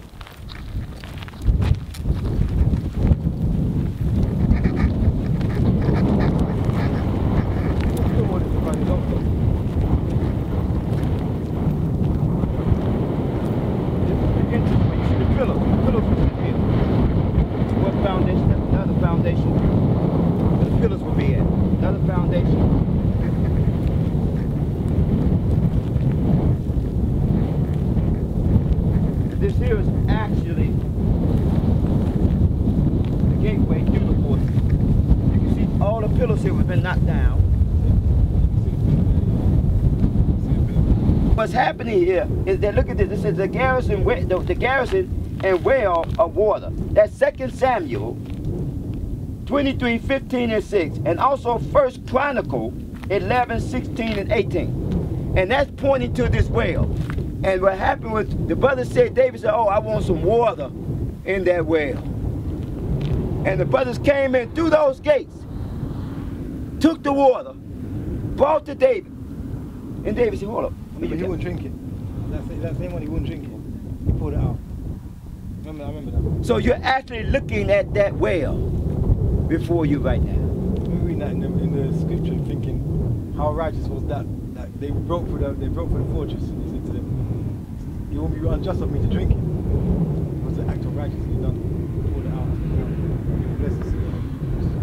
And this was the fortress that they took, because this was the main Palestinian, and this is all, we're still all in Jerusalem. So as David was clearing the Jerusalem area, he was pushing the Palestinians, the Philistines, back toward the land of the Philistines. What this is a cross. Yeah. Yeah. It's a cross. You see, Yeah. and it's an ancient Moor cross. Yeah. You see, and they were the ancient Hebrews that came into the land, and all this is connected. See, every symbol that these people used in the past is connected. See, the word Hebrew actually means, it doesn't mean cross over. It actually means cross. It means cross. It's a connection with the cross. It's an ancient form of what is called Christianity. An ancient form of Christianity. See, when the children of Israel left out of Egypt, they was dealing with the worship of Osiris, Isis, the god of the heavens, the god of the earth, and the god of the lower heavens. This was a part of our sin. You follow me? Because there was only one God. Jah Allah. Only one God. You follow me? So this cross represented Baal. Baal worshiping. Baal worshiping is Baal means marriage. marriage. You see, in Hebrew here, they say Baal. Bali. Marriage. Marry. So that meant it was the marriage between Allah and Jehovah. See, they separated Allah, and they made Allah the male, and they made Jehovah the female. You see, they made a marriage. They made partners with Allah. You understand? But Allah was one. It was only one God, Jehovah Allah. It's like saying, what's your first name? Stephen. And what's your last name? Graham. So, if I say Mr. Graham, I'm talking about you. But if I say Jah Allah, that's Stephen. That's like your first name and your last name. That's one. But they separated and made Jah one entity, Jehovah one entity, and Allah another entity. That was Baal, making partners. You understand? But there was only one. And the Jewish, they do the same thing when they say Elohim. Because they mean it as plural. Gods. You've heard of this. Yeah, I know. But in the ancient Hebrew, it don't say Elohim. It say Aleph, Lamed, Hey. Allah. A-L-H. Allah. You said, in Hebrew, there's Ulakim, Ulahim. But when I study, in the Bible, they say just you write Ha, and you bet like this, Ha. You say Allah. Allah is Ha. Ha is Ha. You don't have to write all the names. Right. Even they say you have to hide it. Right. Don't make it clear. Even they say Ulahim, they say Ulakim. Ulakim, they change the Ha. The H, they change the H with the K, the Olakim, Olahim, Olahim, but this, when they write, they say Olakim. But if you want to write, they say, huh? They add it. The add. And see, the point I'm saying, what you said, they call it Hebrew, but it's not Hebrew, it's Aramaic. And the actual Hebrew, it is just those three letters. It's A-L-H. Yeah. And you'll find it in the Torah where you see sometimes you say A-L-H, you say A-L-H, U, Yeah. and then you'll see A-L, Allah, Yeah. and then you see A-L-H, U, Lamed. But see, the Jewish add the U, Lamed on there, and when they say it makes gods, and it's not God, it's just God, the one. And something they say Ha'el, Ha'el, Ha'el. The one. The one. Not the many. The one, Ha'el. Alhamdulillah. Powerful, bro. Very. You see, so that's a sign of Baal. So let's go here. Howshua led us off in the direction of the burial ground of the kings of Judea. Now what we're looking at right now is the graves of the kings of Judah, all down this field here. And what happened is that this specific one is beautiful because it's untouched. You can see the archaeologists, they did their drilling here with the little hole there, but they left they just basically left it untouched. The mound, our people would bury each other like on a mound, like the pyramids. And like what you see in American ancient Indian mounds. And what was happening here, this is untouched, and this one here is untouched. But we're going to show you here that they was actually robbed, that they actually took out the artifacts. This is the Pacific area where they found many of the artifacts. King Solomon's seal, Hezekiah's seal, it was all uncovered here, and they sold those things on the black market. This here is one of the things, one of the most secretest places in all of Israel, and they don't let nobody know about it. This actual graveyard here. Okay, now see, so right here, this is actually gives you an idea of what a grave chamber looked like with the various different family members. But here you have the scripture at Judges 12 and 10, where it actually identifies Bethlehem as a burial spot. You see, so we actually had the actual fort there, and they were actually guarding two things. They were guarding that road, and they were guarding the graves of the kings. I get you. So they're guarding the ancient road that we walked on, and they was guarding the grave of the kings. You see, and the amazing thing is that Yeshua, Jesus, peace and blessing be upon him, he ended up was born here, and then he was crucified there, and then he was buried here, and he was reborn here. You see, so the significance of this place and the area of this place is profound. It's just profound. You see, so we're going to walk in for a second, but I want to show you some other areas. We're going to walk in, and I just want you to see the various different chambers. Now, what we're looking at here, you can see this is one chamber, two chambers, and this is the main chamber. And this is like a door. So it's like I said, like I showed you a plan of the tomb. Now, what we're looking at here is three chambers. 1, 2, 3. And what would happen is that, depending upon when a family member died, they would bring him in, and they would lay in this family, lay in this person, lay in. So they would already have a tomb set up. When Yeshua, Jesus, was crucified, there was an empty tomb. From someone else that they happened to use, that they buried him in. You see, so certain people, when they were born, they would set their tombs up, like the pharaohs. They would build pyramids in preparation for their death. So this is what was happening here. So what's going on here, you see these large stones, and all these stones that you see here came from the door. And when the tomb robbers came in, they broke the stones that were used to cover them, and they just fell down the side. And the scripture makes a statement that the kings of Judah, their bodies will be laid, they will be taken out of the graves and laid out. You see, so right, that's why you don't see a lot of the bones in here. Some of them you will see some bones actually still there. But this one here, like you said, you don't see too many, because they would grab their bodies out, take all the gold, and they would sit out there and just, you see, and the Most High taught us that in order that we wouldn't seek the dead. You see, we would seek the living. So I'm going to show you one more, and then I'm going to show you the grave of Hezekiah and the grave of Absalom, which is on the top of the mountain. You can see the pile of stones right up here. You see, and here, what they did here, the grave robbers, they cut this part in, they came right underneath. They dug right underneath here to get to the grave. You see, now this part here was the part where they have the incense at, because they used to have, people used to come and they used to pray various different times. They used to come and they used to pray. They used to, come to the dead, like people come put flowers on it. This is what they would come here. But this is where Absalom was buried, and you can see here the fence that was around it. All the graves have these little yards, or these little fences around it.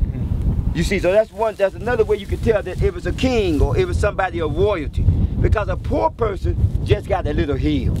Like when you go out to the graveyard, all you see there's a little mound. You see what I'm saying? But the greater you were, the more stones, the higher your grave was, the more stones, the higher the hill was, indicating who you were. So the forest that we just came from, Absalom was killed there. You see what I'm saying? His body was taken here and buried here, right near the forest in which he was killed. And Hezekiah, his grave is right there on that hill. The same thing you see here is there. On the hill, right across. The same type of setup here is there. But it makes the statement that we know that's Hezekiah's grave because it says it's above all the other graves. And all this is the scripture. See, that's why we use the Bible as our map. And the Bible was a good map. It was a true map. The ancient Hebrew Bible. You see. The Bible is reliable. It's a true map. You see, so these people, they tried to make it appear with the false Jerusalem that it's not a true map. So when people came there and they saw that place, they said, okay, well, because you're reading it, you can see the picture in your mind. Yeah. And when you get here, you don't see the same picture as you see there. It's like, you're wondering. Yeah, there's always a doubt with that. Right. Because they tell you, as a tourist, and I don't know if you took the tour, they would tell you, and they say, well, we believe Jesus, we believe this, we think. I've been on one of the tours just experience. Just experience. I went on one of the tours, and it was interesting. The things they were saying, half of it was baloney, because they're saying Jesus buried inside Jerusalem. Right. But according to the scriptures, that Jerusalem there, if he was buried in that wall Jerusalem, according to the scriptures, he wasn't buried inside the wall. He was buried outside. Because that's what they did. You see what I'm saying? And like I was pointing out to you, what ended up happening with David specifically, they brought him in the city. You see what I'm saying? And probably put him in the fort when they made that a holy area. And it was only certain people that they did that to. Yeah. You see, but the point was is that during that period of time, they didn't do that with Jesus. Yeah. It tells you that Jesus was taken and he was put in an unused place. And that's all right here, just like you hear. An empty grave, and he was buried inside of that, in the graveyard.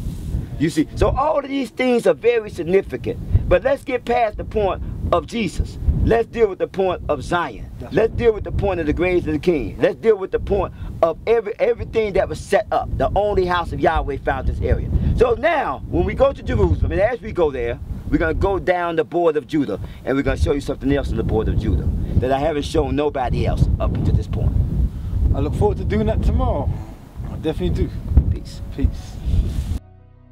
As the night drew near and we headed back home, Brother Howshua told us that before we go to the place the whole world called Jerusalem, we would return to the Jerusalem in Arad, as there was more evidence for us to see. Okay, now you can see here that Zion is here, and that Hezekiah had built, he redirected the water system from going in the one direction, and then he turned it into the eastern direction, and he came and he allowed it to go down into the city here. You see, so what's going on here now is that he redirected the water, and then he built the pool of Salem right here, a Salim, and he ended up allowing water to be able to develop in the whole lower city area here. And this is the actual lower city of Jerusalem. Is the pool the thing with the round? Yeah, right there. We're gonna actually go there, and we're gonna actually do some action, because that's gonna be a major point when we go up to the place they call Jerusalem. You see, we're gonna actually walk what is called the Tunic. And as you can see, we was in basically the part of the real Tunic of Hezekiah when we were down, when we was up in the actual fort. And then I'm gonna show you the outward portion of it, and then the underwater ground portion actually led to the actual pool. That's all still exists today underground. It's all intact. But what we're going to do there is we're going to actually walk through the section that they're calling this, and you're going to see it don't lead from the fortress. It don't lead to the walls. It's not leaving outside of it. It's just one stream from one place to another place. You know what I'm saying? And what they call a pool. And not even what they call in the lower city. So we're going to be comparing these things. But right now we're going to be continuing to walk up, and I'm going to show you the outward portion of the tunic, which is called Hezekiah's tunic, leading down to the actual pool. And then we're going to actually go down to the pool, and we're going to go into that in more detail. Okay, so we're standing where exactly? Okay, right, we're standing on the slope of Mount Zion, and water, as we know, goes down the slope. You see, so the water that Hezekiah, he's used the slope to go right down into the pool. So that all lines perfectly up with each other. So let's go up a little bit more. And what's happening now, as you can see, we're walking up to Zion, and these steps are even within the scripture. It talks about the steps that the people in the lower city, as they walked up the steps going up to Zion. So even the very steps here is testifying that we're in the right spot. You see, and you can look over in the distance from this point, the main road going through town, because the big gate is where Benjamin Gate, but the main road going to town is Judah Gate, right there. You see. So what we're going to do, we're going to walk around, we're going to get to the top, and we're going to walk around, and we're going to come back in through Judicata and then into the lower city. Okay. Cool.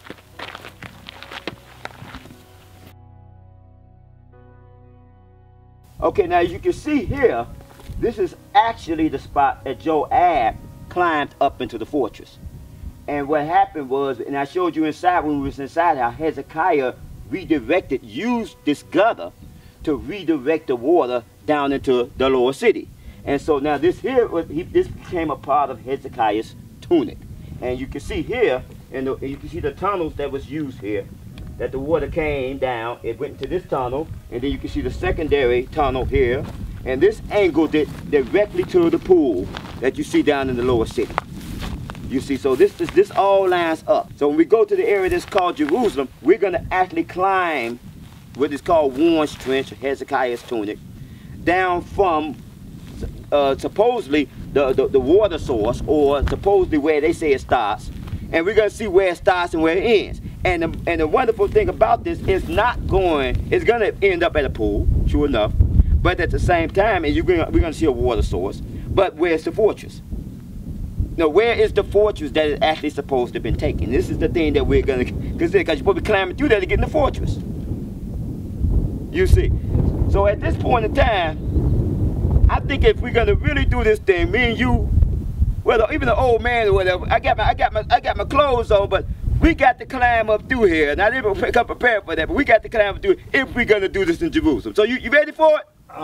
You convinced me. I'm ready for it. Okay. So you'll say we're comparing the Hezekiah tunnel here, the tunic, the tunnel here, right, with the tunnel in Jerusalem. Right, in the gutter that was supposed to be climbed up to take the city. You see, so we got to do it. We got to. Okay, let's go for it, young man. Okay, let's go. I was about to understand exactly how Joab took the city from the Jebusites. Oh, the old man's getting too old for this. Oh, you young man. Okay.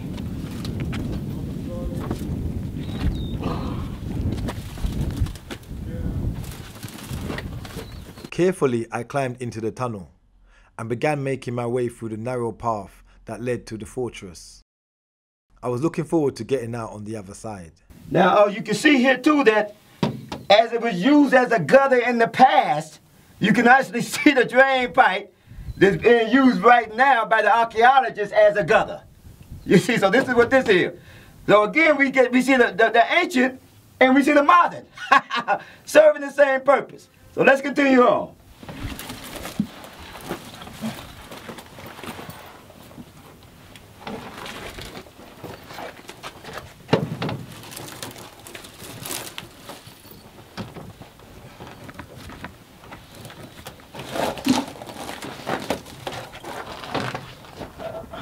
Okay, brother, come on. Just lift yourself up there. Come on here, Joab. Right, there you go. Use the upper body strength. Hand right here. There you go. I got you. Come on up. Come on up, Joab. Hold up. There goes now. Okay. Right, there you go. Got that out your way. Hand right here. Your foot right there. Come on up now. There you go. Come on up. Put your other foot right there on that other step right there. There you go. And now you're up. Okay, get your whole body pick up. Get your whole body up on the step here. Okay, yep, right there.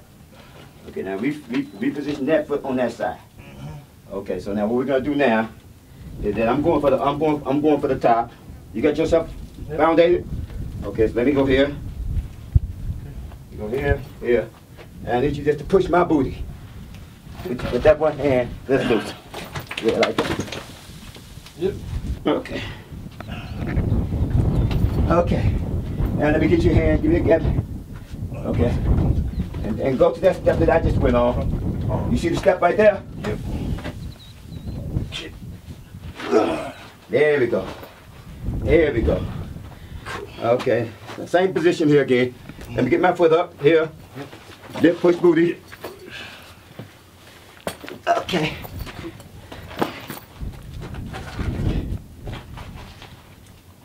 Yeah.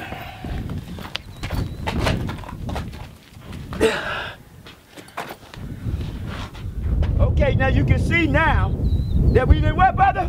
We didn't took the city. You see.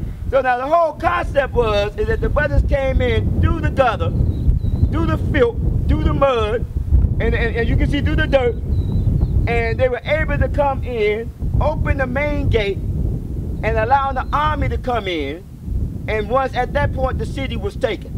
You see, so now what all we're saying is that when we go up to the, all we asking brothers to do is judge righteously. When we go up there to the spot they call Jerusalem, and we go to the same what's called Warren Trench or Hezekiah's Tunic or the gutter area, then where are we gonna end up at? Are we gonna end up on a wall like this on a fortress? Are we gonna end up in the city? This is the question. Okay, now we done finished basically here. As you can see, we climbed the walls. We done finished basically our tour of Zion. Now we're gonna get off into the next spot, which is Mount Moriah. Now the ark was taken from here because David had made the tabernacle of David in it. He had pitched the tent, and he had made the area that we see over there, a tent area over the foundation that we see in there. Later on, he took Solomon later on took the ark from there, the chest from there, and he brought it to this mount here, where David had built the altar. And on this mount here is where the temple was built. And that map that I showed you, it shows a temple structure right on the hill within Jerusalem, or within the Jerusalem. So what ends up happening, so we're going to walk over there just to verify that there's not one stone left upon another. And then we could continue our walk around to the walls, around the walls of the real Jerusalem. Let's do that.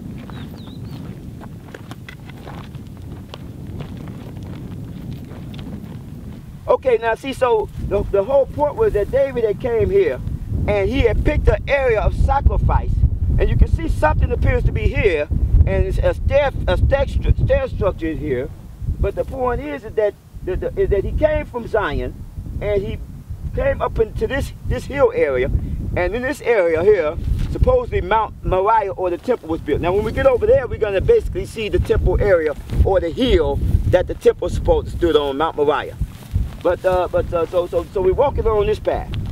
What did you say to me as we was walking, brother? I was asking you, are those the original, is that the original wall? See, that's the thing. Everything here is original. That's the point. That's the whole point of the main thing we make. Everything here is original. This is one, and they tell you, this is one of the most preserved sites in all of Israel. Now, if the Most High loved the gates of Zion and his eyes upon the walls of Jerusalem day and night, you would think that he would preserve that. Well, it does say he loves the gates of Zion more than all the children of Jacob. So you would think that he would preserve that more than anything else. And they would tell you that this is the most preserved site. Let's continue. Okay, now, brother, now, this is why we walked all the way over. You see Zion there. And up on this hill we're up on top of is Mount Moriah. And you can see it's equal to Mount Zion. You see, and the scripture talks about how the city is built upon two hills. So this is that hill, and this is the area here that's actually called Mount Moriah where the temple was built. So you can see there's not one stone left upon another. And you look there, you can see the fort. Now in the picture I showed you, they had a complex that was here. You see, and not one stone, this is completely destroyed. So this is the main point that I'm making and the reason why we're here. But we're not going to be, this is not going to be about being rebuilt. It's not about the temple. It's about the tabernacle of David. You see, and this is why I'm calling people to the tabernacle of David to pray there, not to the temple. You see, this is going to be the place where the Most High is going to dwell forever. Now what's happening here is that there's another map that I show where I actually show Hab's temple. Now Hab's temple is over there. You see, so Solomon's temple was here. Hab came and built the temple over there, which Josephus map show. You see, so I'm not pointing and taking people to temples. I'm pointing to one spot, Zion. And that's my focus. So we're walking along the edge of the broken wall. And you can see right there, that's where the wall begins again.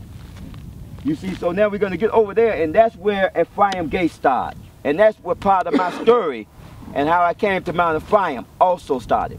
So let's continue on. Okay, now you can see we got the end of the wall here. And see, now this wall was extended all the way and down the mount, or you know, on the top of Mount Moriah, all the way to the fortress there. And the wall was built from this quarry. If you look in the distance, you'll see an ancient quarry that's still there.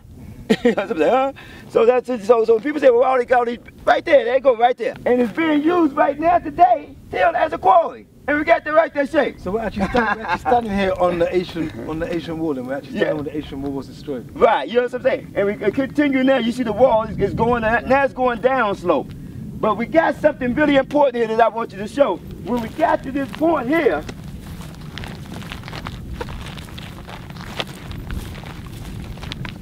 yeah.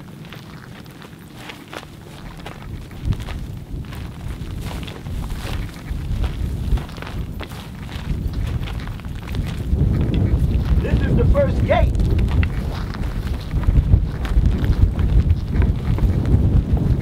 That you see at the beginning of the wall. And this is Ephraim's gate. Now, this gate here, as you can see, is still in disarray. This gate means something personally to me because I'm the first from my house, from my tribe of Ephraim to return to Zion. And I would come up here when I became the watchman here, gatekeeper.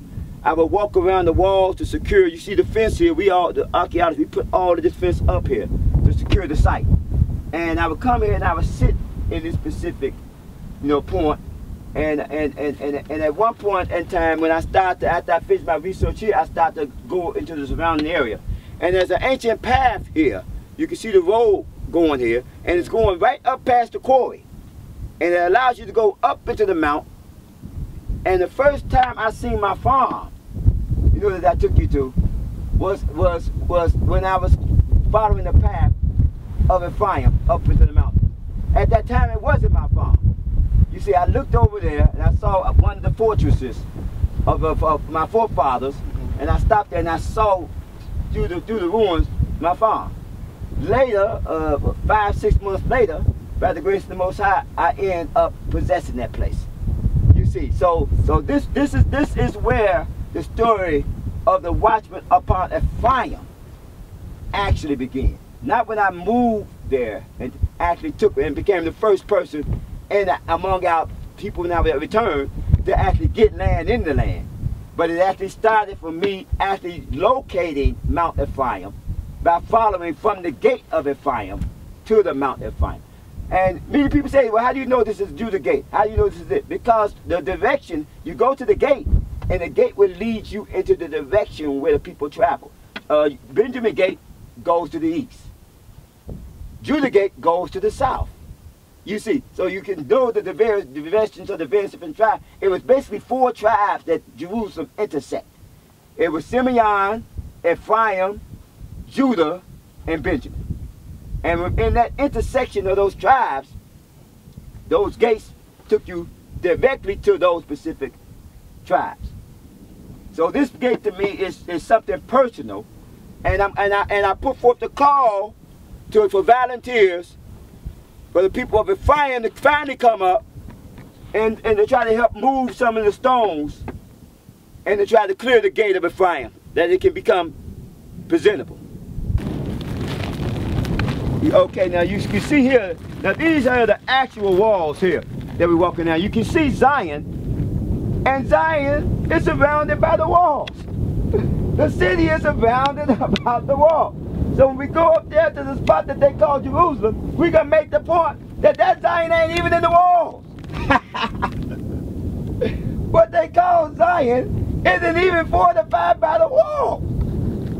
You got the main wall city, and then this is the primary position, that's the secondary position. You see, and when you look back here, see, as each king came into play, they will reinforce the wall. As you read through the scriptures, it says he built on the walls and he built on the wall. So you can see actually here how one king came in and he reinforced the walls. But here, this is the original walls that goes back to the time that Solomon came in. But this here is when Hezekiah came in and he started reconstructing the wall.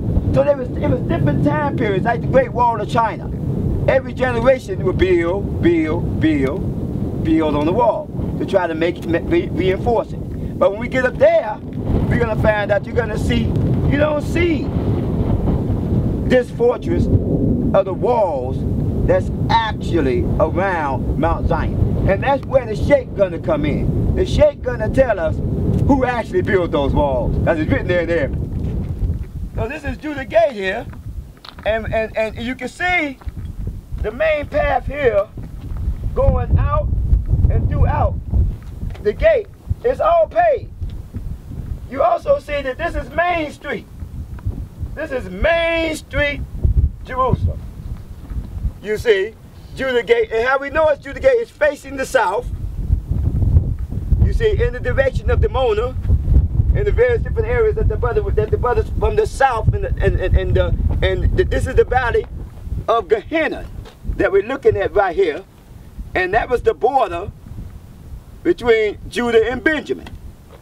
You see, so right now we got Judah Gate here, and we got to go into Judah Gate just for a second, and we're going to show what was the sin and what brought about the destruction of the city. Let's go.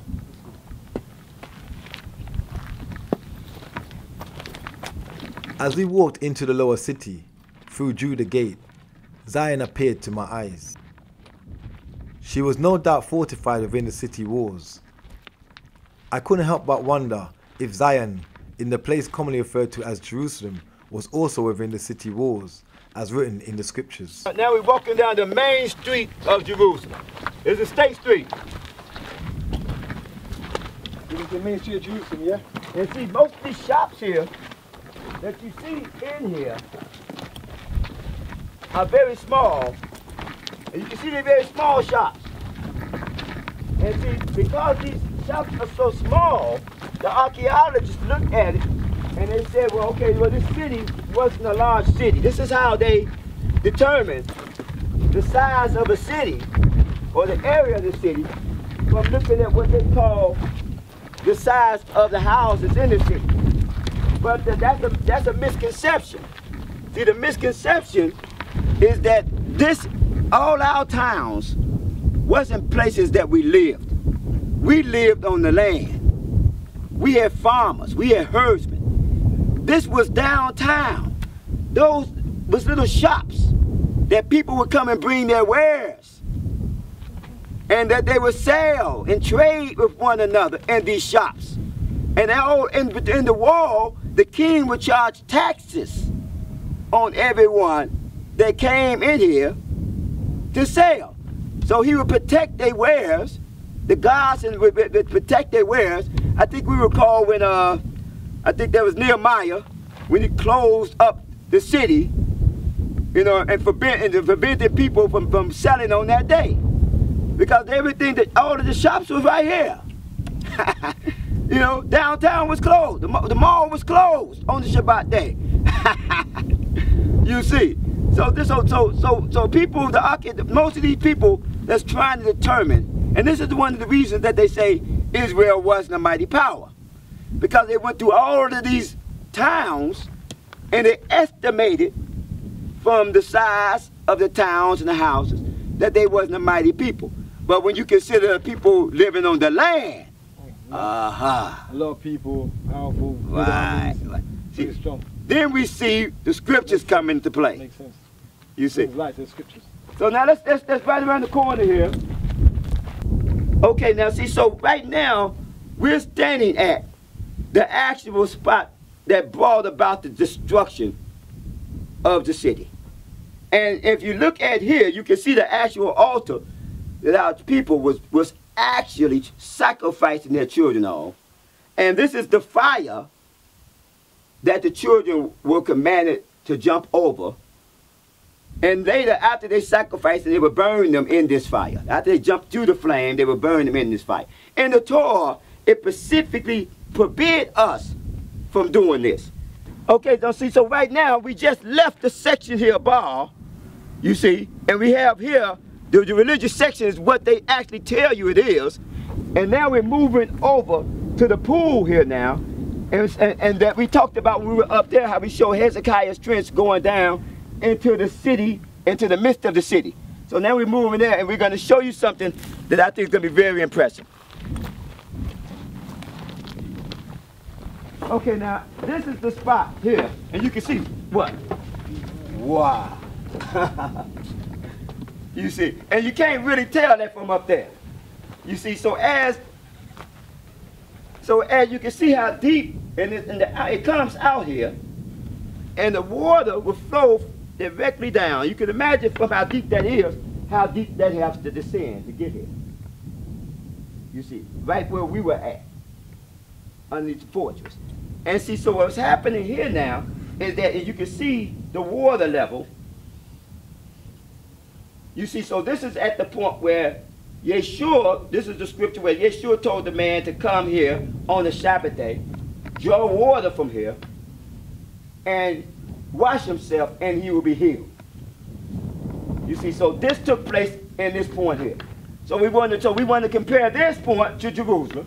We want to talk about how it came from the fortress, because it's written that Solomon was anointed in the fort before the Gihon spring.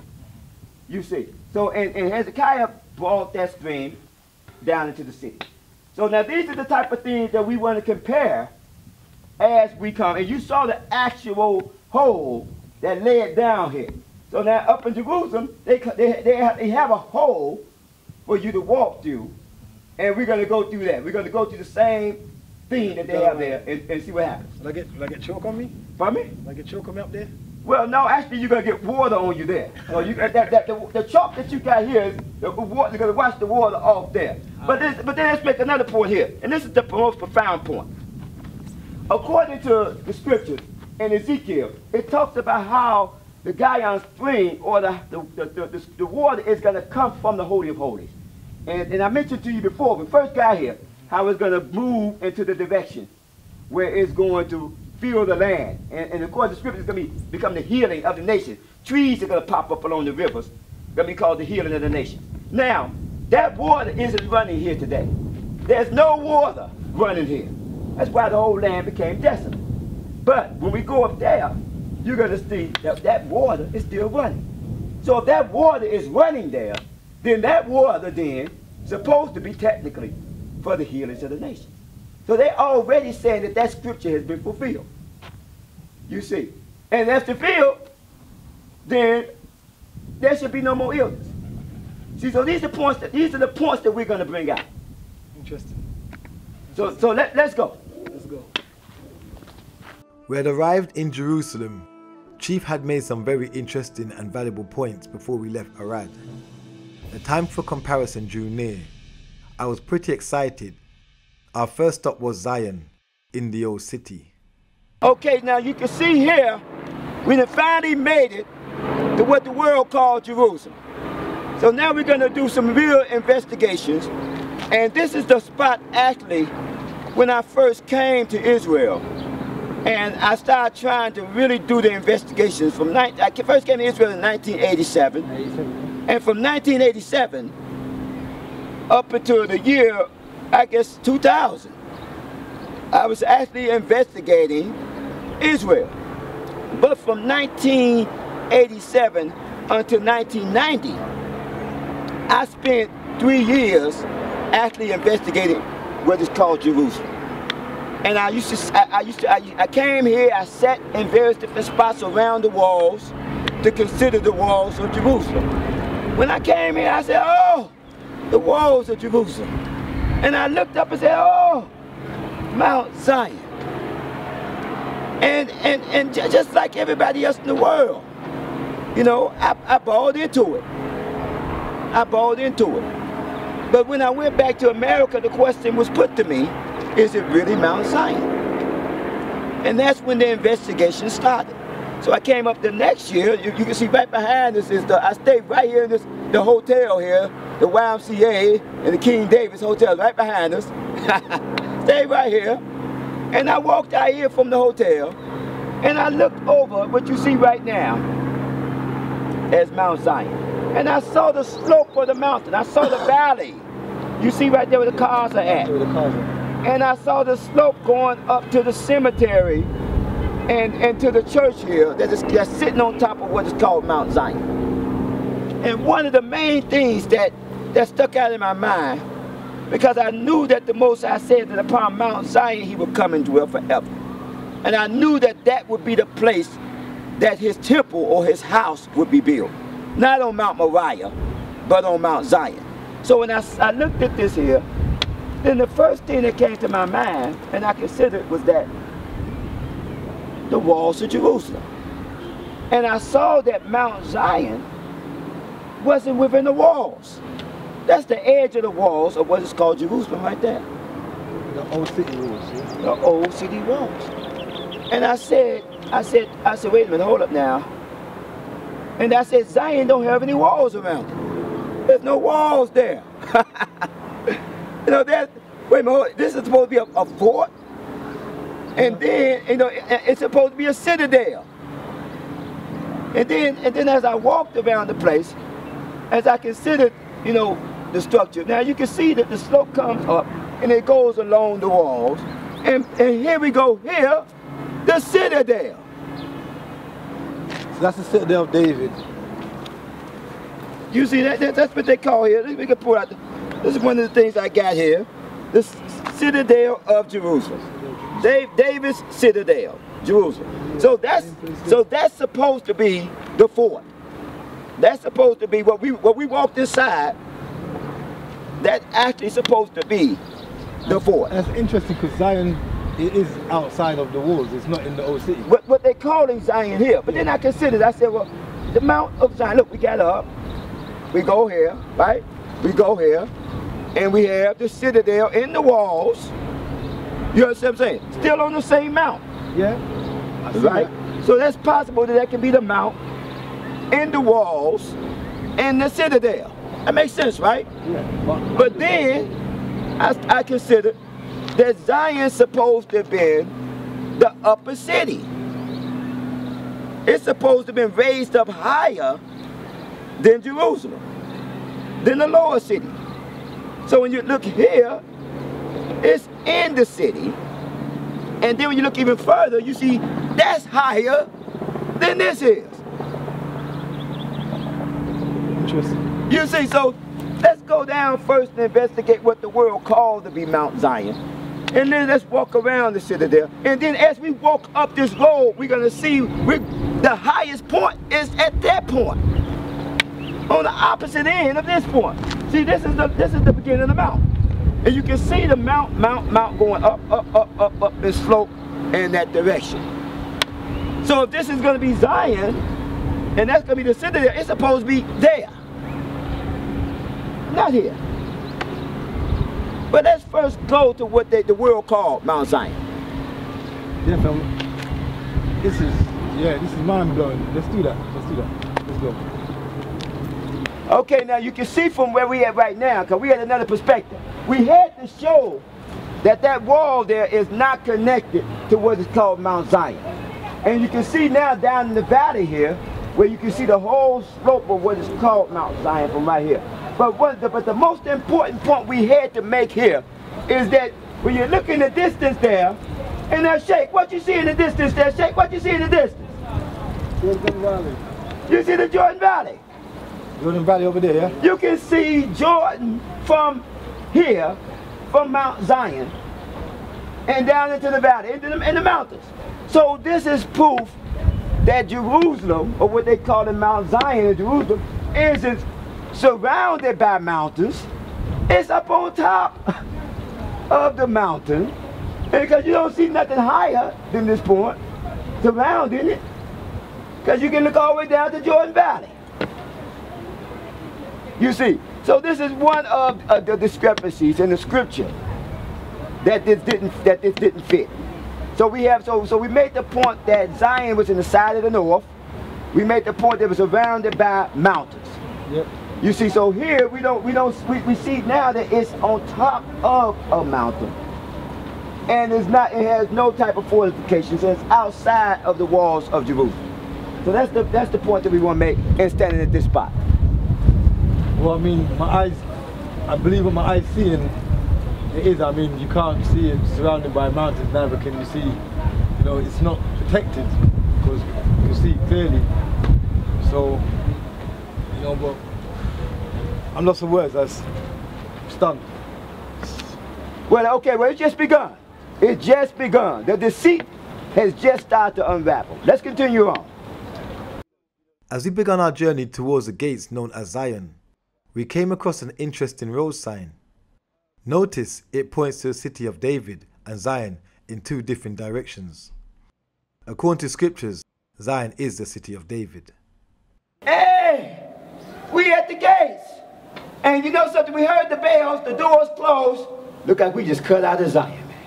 We just cut out. You follow me? So this is actually supposed to, everything you saw here was supposed to be, this is the gate that's supposed to be leading you to Zion. Now this is everything we showed you from the distance. And this church that's here in Zion. And as you can see, these are the walls.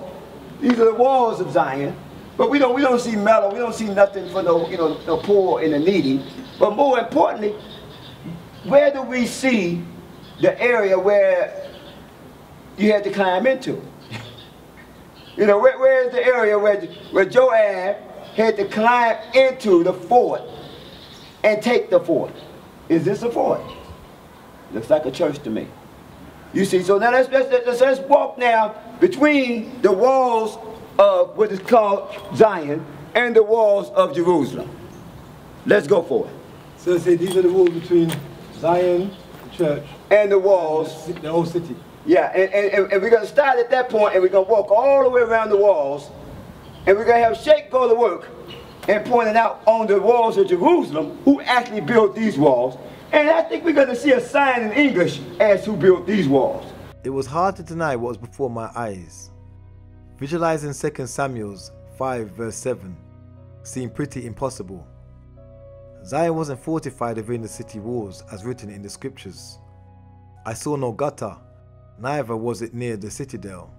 In fact, there was a pathway between Zion and the old city. Okay, so now you can see, brother, we just came from the point where it's called Mount Zion, and we're on a slope now. As you can see, we're going down. You see, so this is the Mount Zion, which is the higher point, and then we're going to a slope part here. But then you see what we have here, it's going up again now, and we got what you call the Citadel. Now this is supposed to be the actual, what they're saying here, this is the actual fort that David was supposed to have taken. This is supposed to be actually Mount Zion, what they say. The problem with that is that you can see the walls, these walls here of Jerusalem is actually in it, but this space was only built by the Arabs, as we've seen before, that actually built the whole complex. So this doesn't date back to David's and Solomon's time. What we saw in the real Mount Zion was dated back, and we had proof of that. They said it on their signs, that it was proof that that was a citadel, that dated back to David's and Solomon's time. This absolutely don't. And we're going to prove that. Let's continue on. Okay, now you can see right here, Shaykh is up the bat here. When I first came here and I started trying to understand who built the walls, were these the original walls, because when I first saw the walls, I said, hey, Jerusalem. But then when I started doing the investigations around it, I saw all this Arabic writing. And I talked to a guy at the time, this is back in 1988, 89. And I asked the guy on the way, he said, well, that's an Arabic, he says 91. So now the Shaykh here, you just brought up, you just clarified it. So exactly what's that date and what is that saying? They're saying in Arabic, Bismillah ar-Rahman ar-Rahim. And that means in English? That is the beginning of any surah in the whole Quran. Okay. You know, read this in Quran. Right. But they write it in the Arabic, they have 7 ways how to write. Okay. It's difficult to read it now. Okay. But I can see in this corner, down here, the year when they made this. It's 1925. Okay, 925. 925. 25 Hijri. Okay, Idri. Right, so now we got here, we actually have here, this is the book I went and purchased to try to understand exactly how did that correlate out. And I got, this book came out in 2000, or probably 1982. And what happened is the calendar book, and I was able to look it up. And we got 1925, and that came out to the year 1519.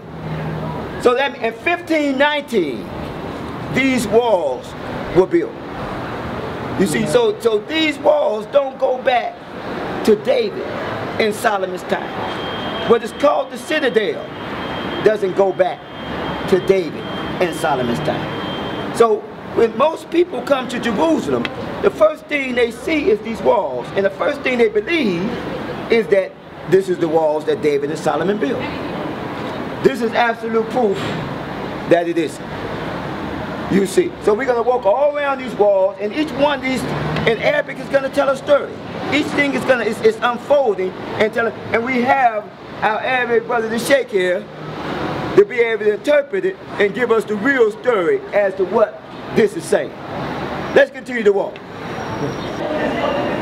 Okay, if you look up there, you can see it's written in Arabic, La ilaha illallah, Ibrahim Khalil Allah. It means there is just one God. And Father Abraham, he's you know, the best close friend for Allah. So it says there is only one God, and Abraham the closest friend to Allah. Yeah. Khalil Allah, we call him Ibrahim Khalil. Abraham the patriarch and prophet, a close friend to the Most High. I was definitely in agreement. Being an Islamic Israelite myself, I was in total agreement with Sheikh Aid. Very interesting. Okay, so now you guys can see, we came all the way up. Now look now. We see Zion, we see the Citadel, and we have walked all the way up here. Now we're at the top now. So technically speaking, we on Zion. Look down that way. You see, we're up at the highest point. Look down the way we're going down. The rest of the wall. We're at the highest point. So Zion is supposed to be at the highest point, and it's supposed to be a citadel here. There's nothing here. You see, even outside the walls. So it just don't fit the geography of what the scriptures say it's supposed to fit. And when I first came here in the 1980s, this is what I saw. Before I started looking for the real Mount Zion, it just didn't fit. I mean, it's hard to deny we are outside the Citadel. We're not in the Citadel right now. We are at the highest point, so technically you are correct, you know? You see, they can't change. You can't move a mountain. You can't move a mountain. Wow, I thought, as we walked towards the next site, what impact would this have on the lives of those who follow the Abrahamic Faiths? To be deceived at the very foundation of one's belief. How heartbreaking. Okay, now see, right now, we at what is called like the busiest gate in the city that is called Jerusalem. And you can see Arabic gate, right here at the main gate. You see that? Now, I don't see no letterings in there or any date, although we're going to see one as soon as we leave here, another one, confirmation of that. But right now at the busiest gate here, what are they saying there? What is it? The writing there something is from the Holy Quran. From the Holy Quran? Holy Quran. If you know, because the Arabic they have seven ways how to write it. Okay. So this is what we call it Mu'allaq together. Okay. So I can mention here Allah. Okay. And the greatest. Okay. Okay. Allah, and somewhere the greatest. Beautiful. So at this point, it's very clear that whoever built the walls here were Arabs. So now let's get it, because they're writing in what? Arabic?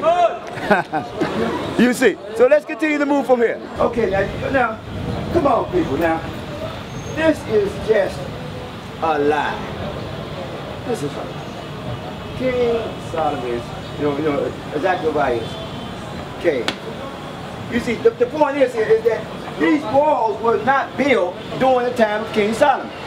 So how in the world can this be Zacharias' cave or even connected with King Solomon? How is that even possible?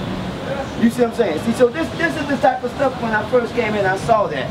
And when I saw the actual dates, then it became clear that all this was about Taurism and about deception. You see. So now, and the interesting thing is that you can see it's inside the wall. This is supposed to be a cave or avenue, a restaurant inside the wall. You see. And but you know, but when we was at Zion, the real Mount Zion, we pointed out the actual caves that's there. And you didn't see nothing in the wall. You see different shapes. Out of the wall. Everything was outside. So you're saying this is just about money, economics, and deception? And the thing about it is that up into the 1900s, when they actually found some artifacts, the real artifacts, or what the city really was, in the 1900s. So from the 1500s to the 1900s, this place was a complete lie. A complete lie. They knew it wasn't Jerusalem. But in the 1900s, the archaeologist, a guy named Warren, he actually discovered something. And the archaeologists have been working there ever since on what this place really is. What it really is and where it really is in the scriptures. And we're going to go off into that. Okay, lead the way, man, lead the way. Okay, now as you can see, we're walking down. You see, the walls are slid down, but this here is just absolute proof of the slant in the direction we're going. Even the crack in this wall, even the actual landscape here, is actually going in this downward motion. So the point that we came from there was actually the highest point, but it wasn't Mount Zion. It just isn't adding up. Just isn't adding up. So let's continue on, and we got here another confirmation of the date right in front of us. Let's continue. Okay, now we're here again, and you can see we've been going through the road, and our brother here has been explaining this. Now we ran across another brother, and we got a witness here, we got two witnesses. You see, so we walking the stone now, and he's reading the stone. So brother, what do they say there? بسم الله الرحمن الرحيم. هذه الكتابة باللغة العربية المخططة عن طريقة الرقعة. بعض الكلمات التي أستطيع أن أقرأها أن هذا البناء قيم في عهد السلطان سليمان القانوني بتاريخ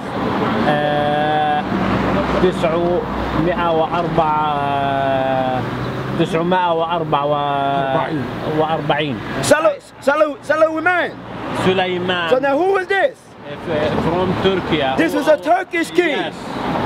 Only before 600, that's the top.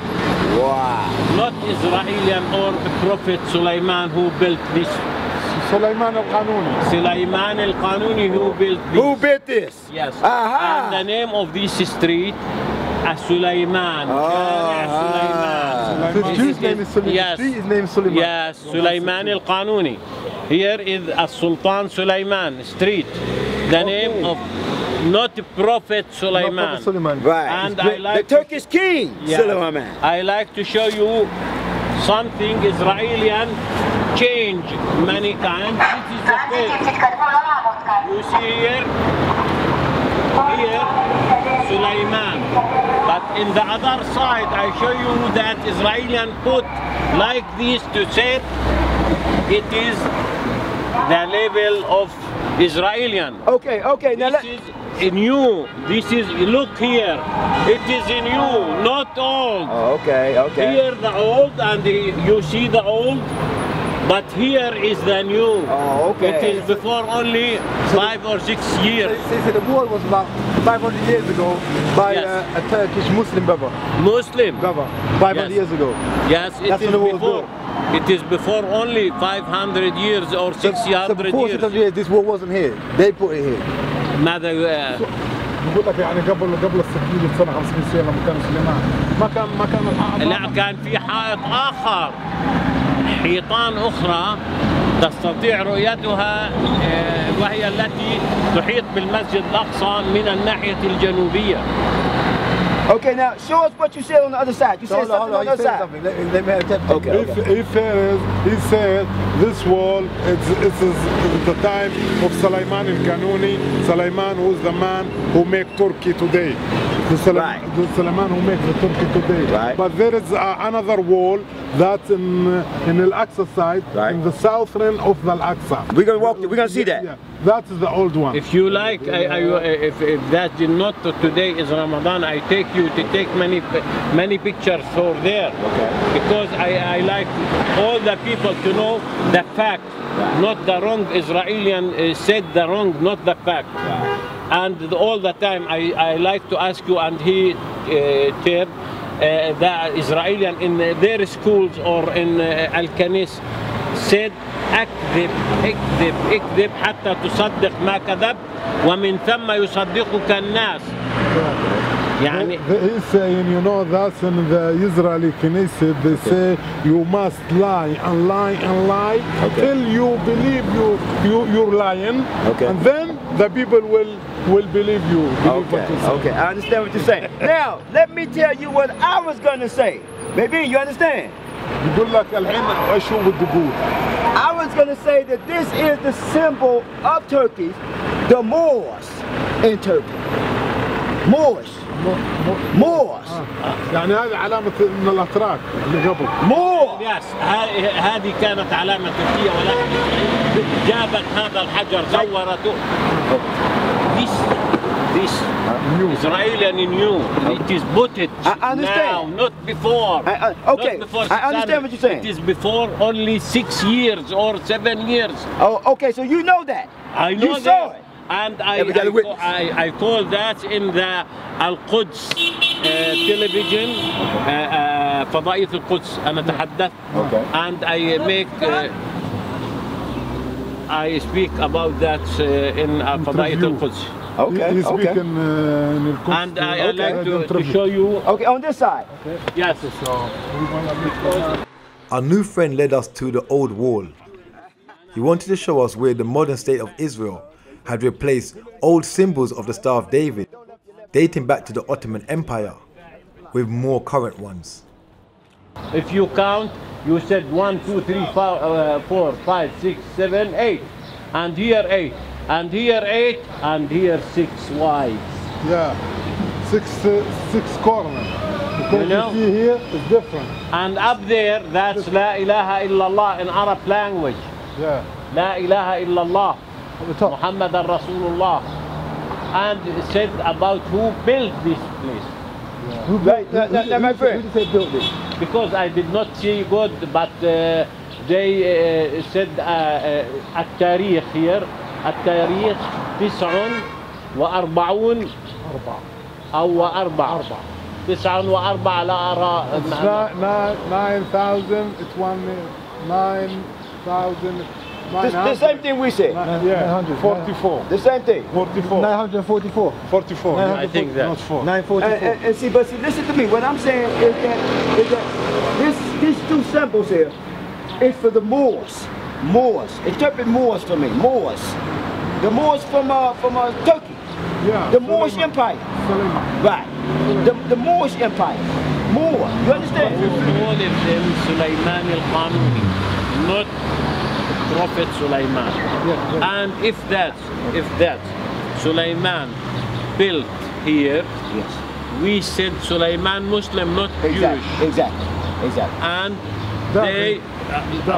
David Muslim. Exactly.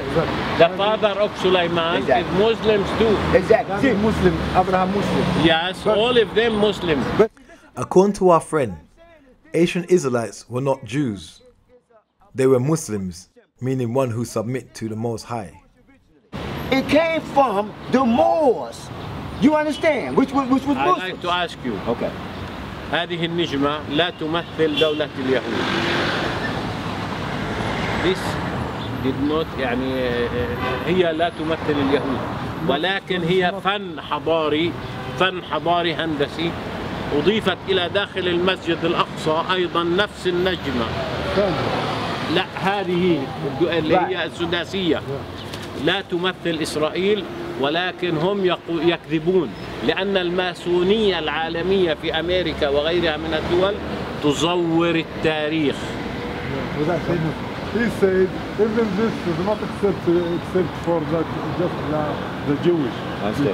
Because he said, even in the Al-Aqsa, there inside, they put on this.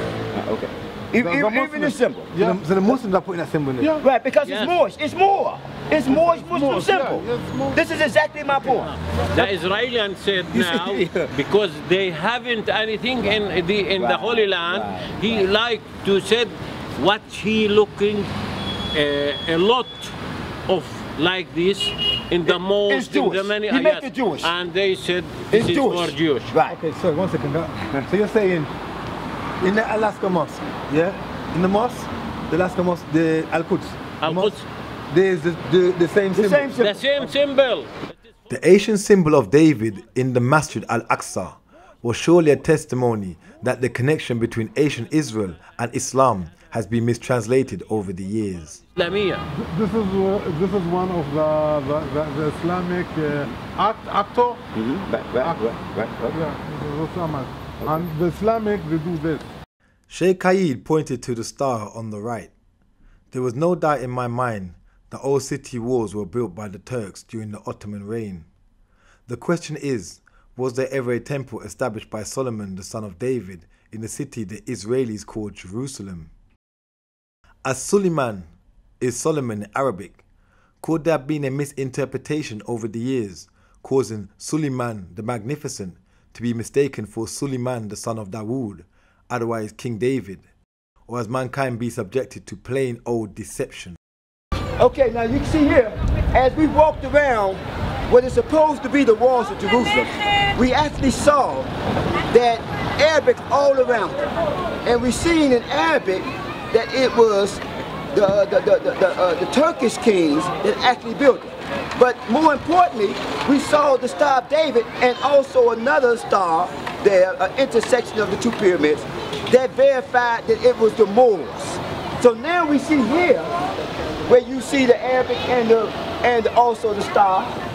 This is the Moors, and this is saying that this is related to the fact that the Judaism and Islam was one. It came together as one, and at a certain point in time, it was separated into two religions, but it all is one. Shema Israel, Adonai Eloheinu, Adonai Echad. There's only one God. Peace. As the moonlight shone on the city known as Jerusalem, the events of the day came to an end. There was much more to see and compare, but unfortunately, not enough time. Jerusalem bears a symbol of the past and future for all followers of Abrahamic faiths. According to scriptures, all mankind shall know her significance. Judaism, Christianity and Islam all agree the Messiah shall reign from Jerusalem. My question is, from which Jerusalem? I'll leave you to answer my question.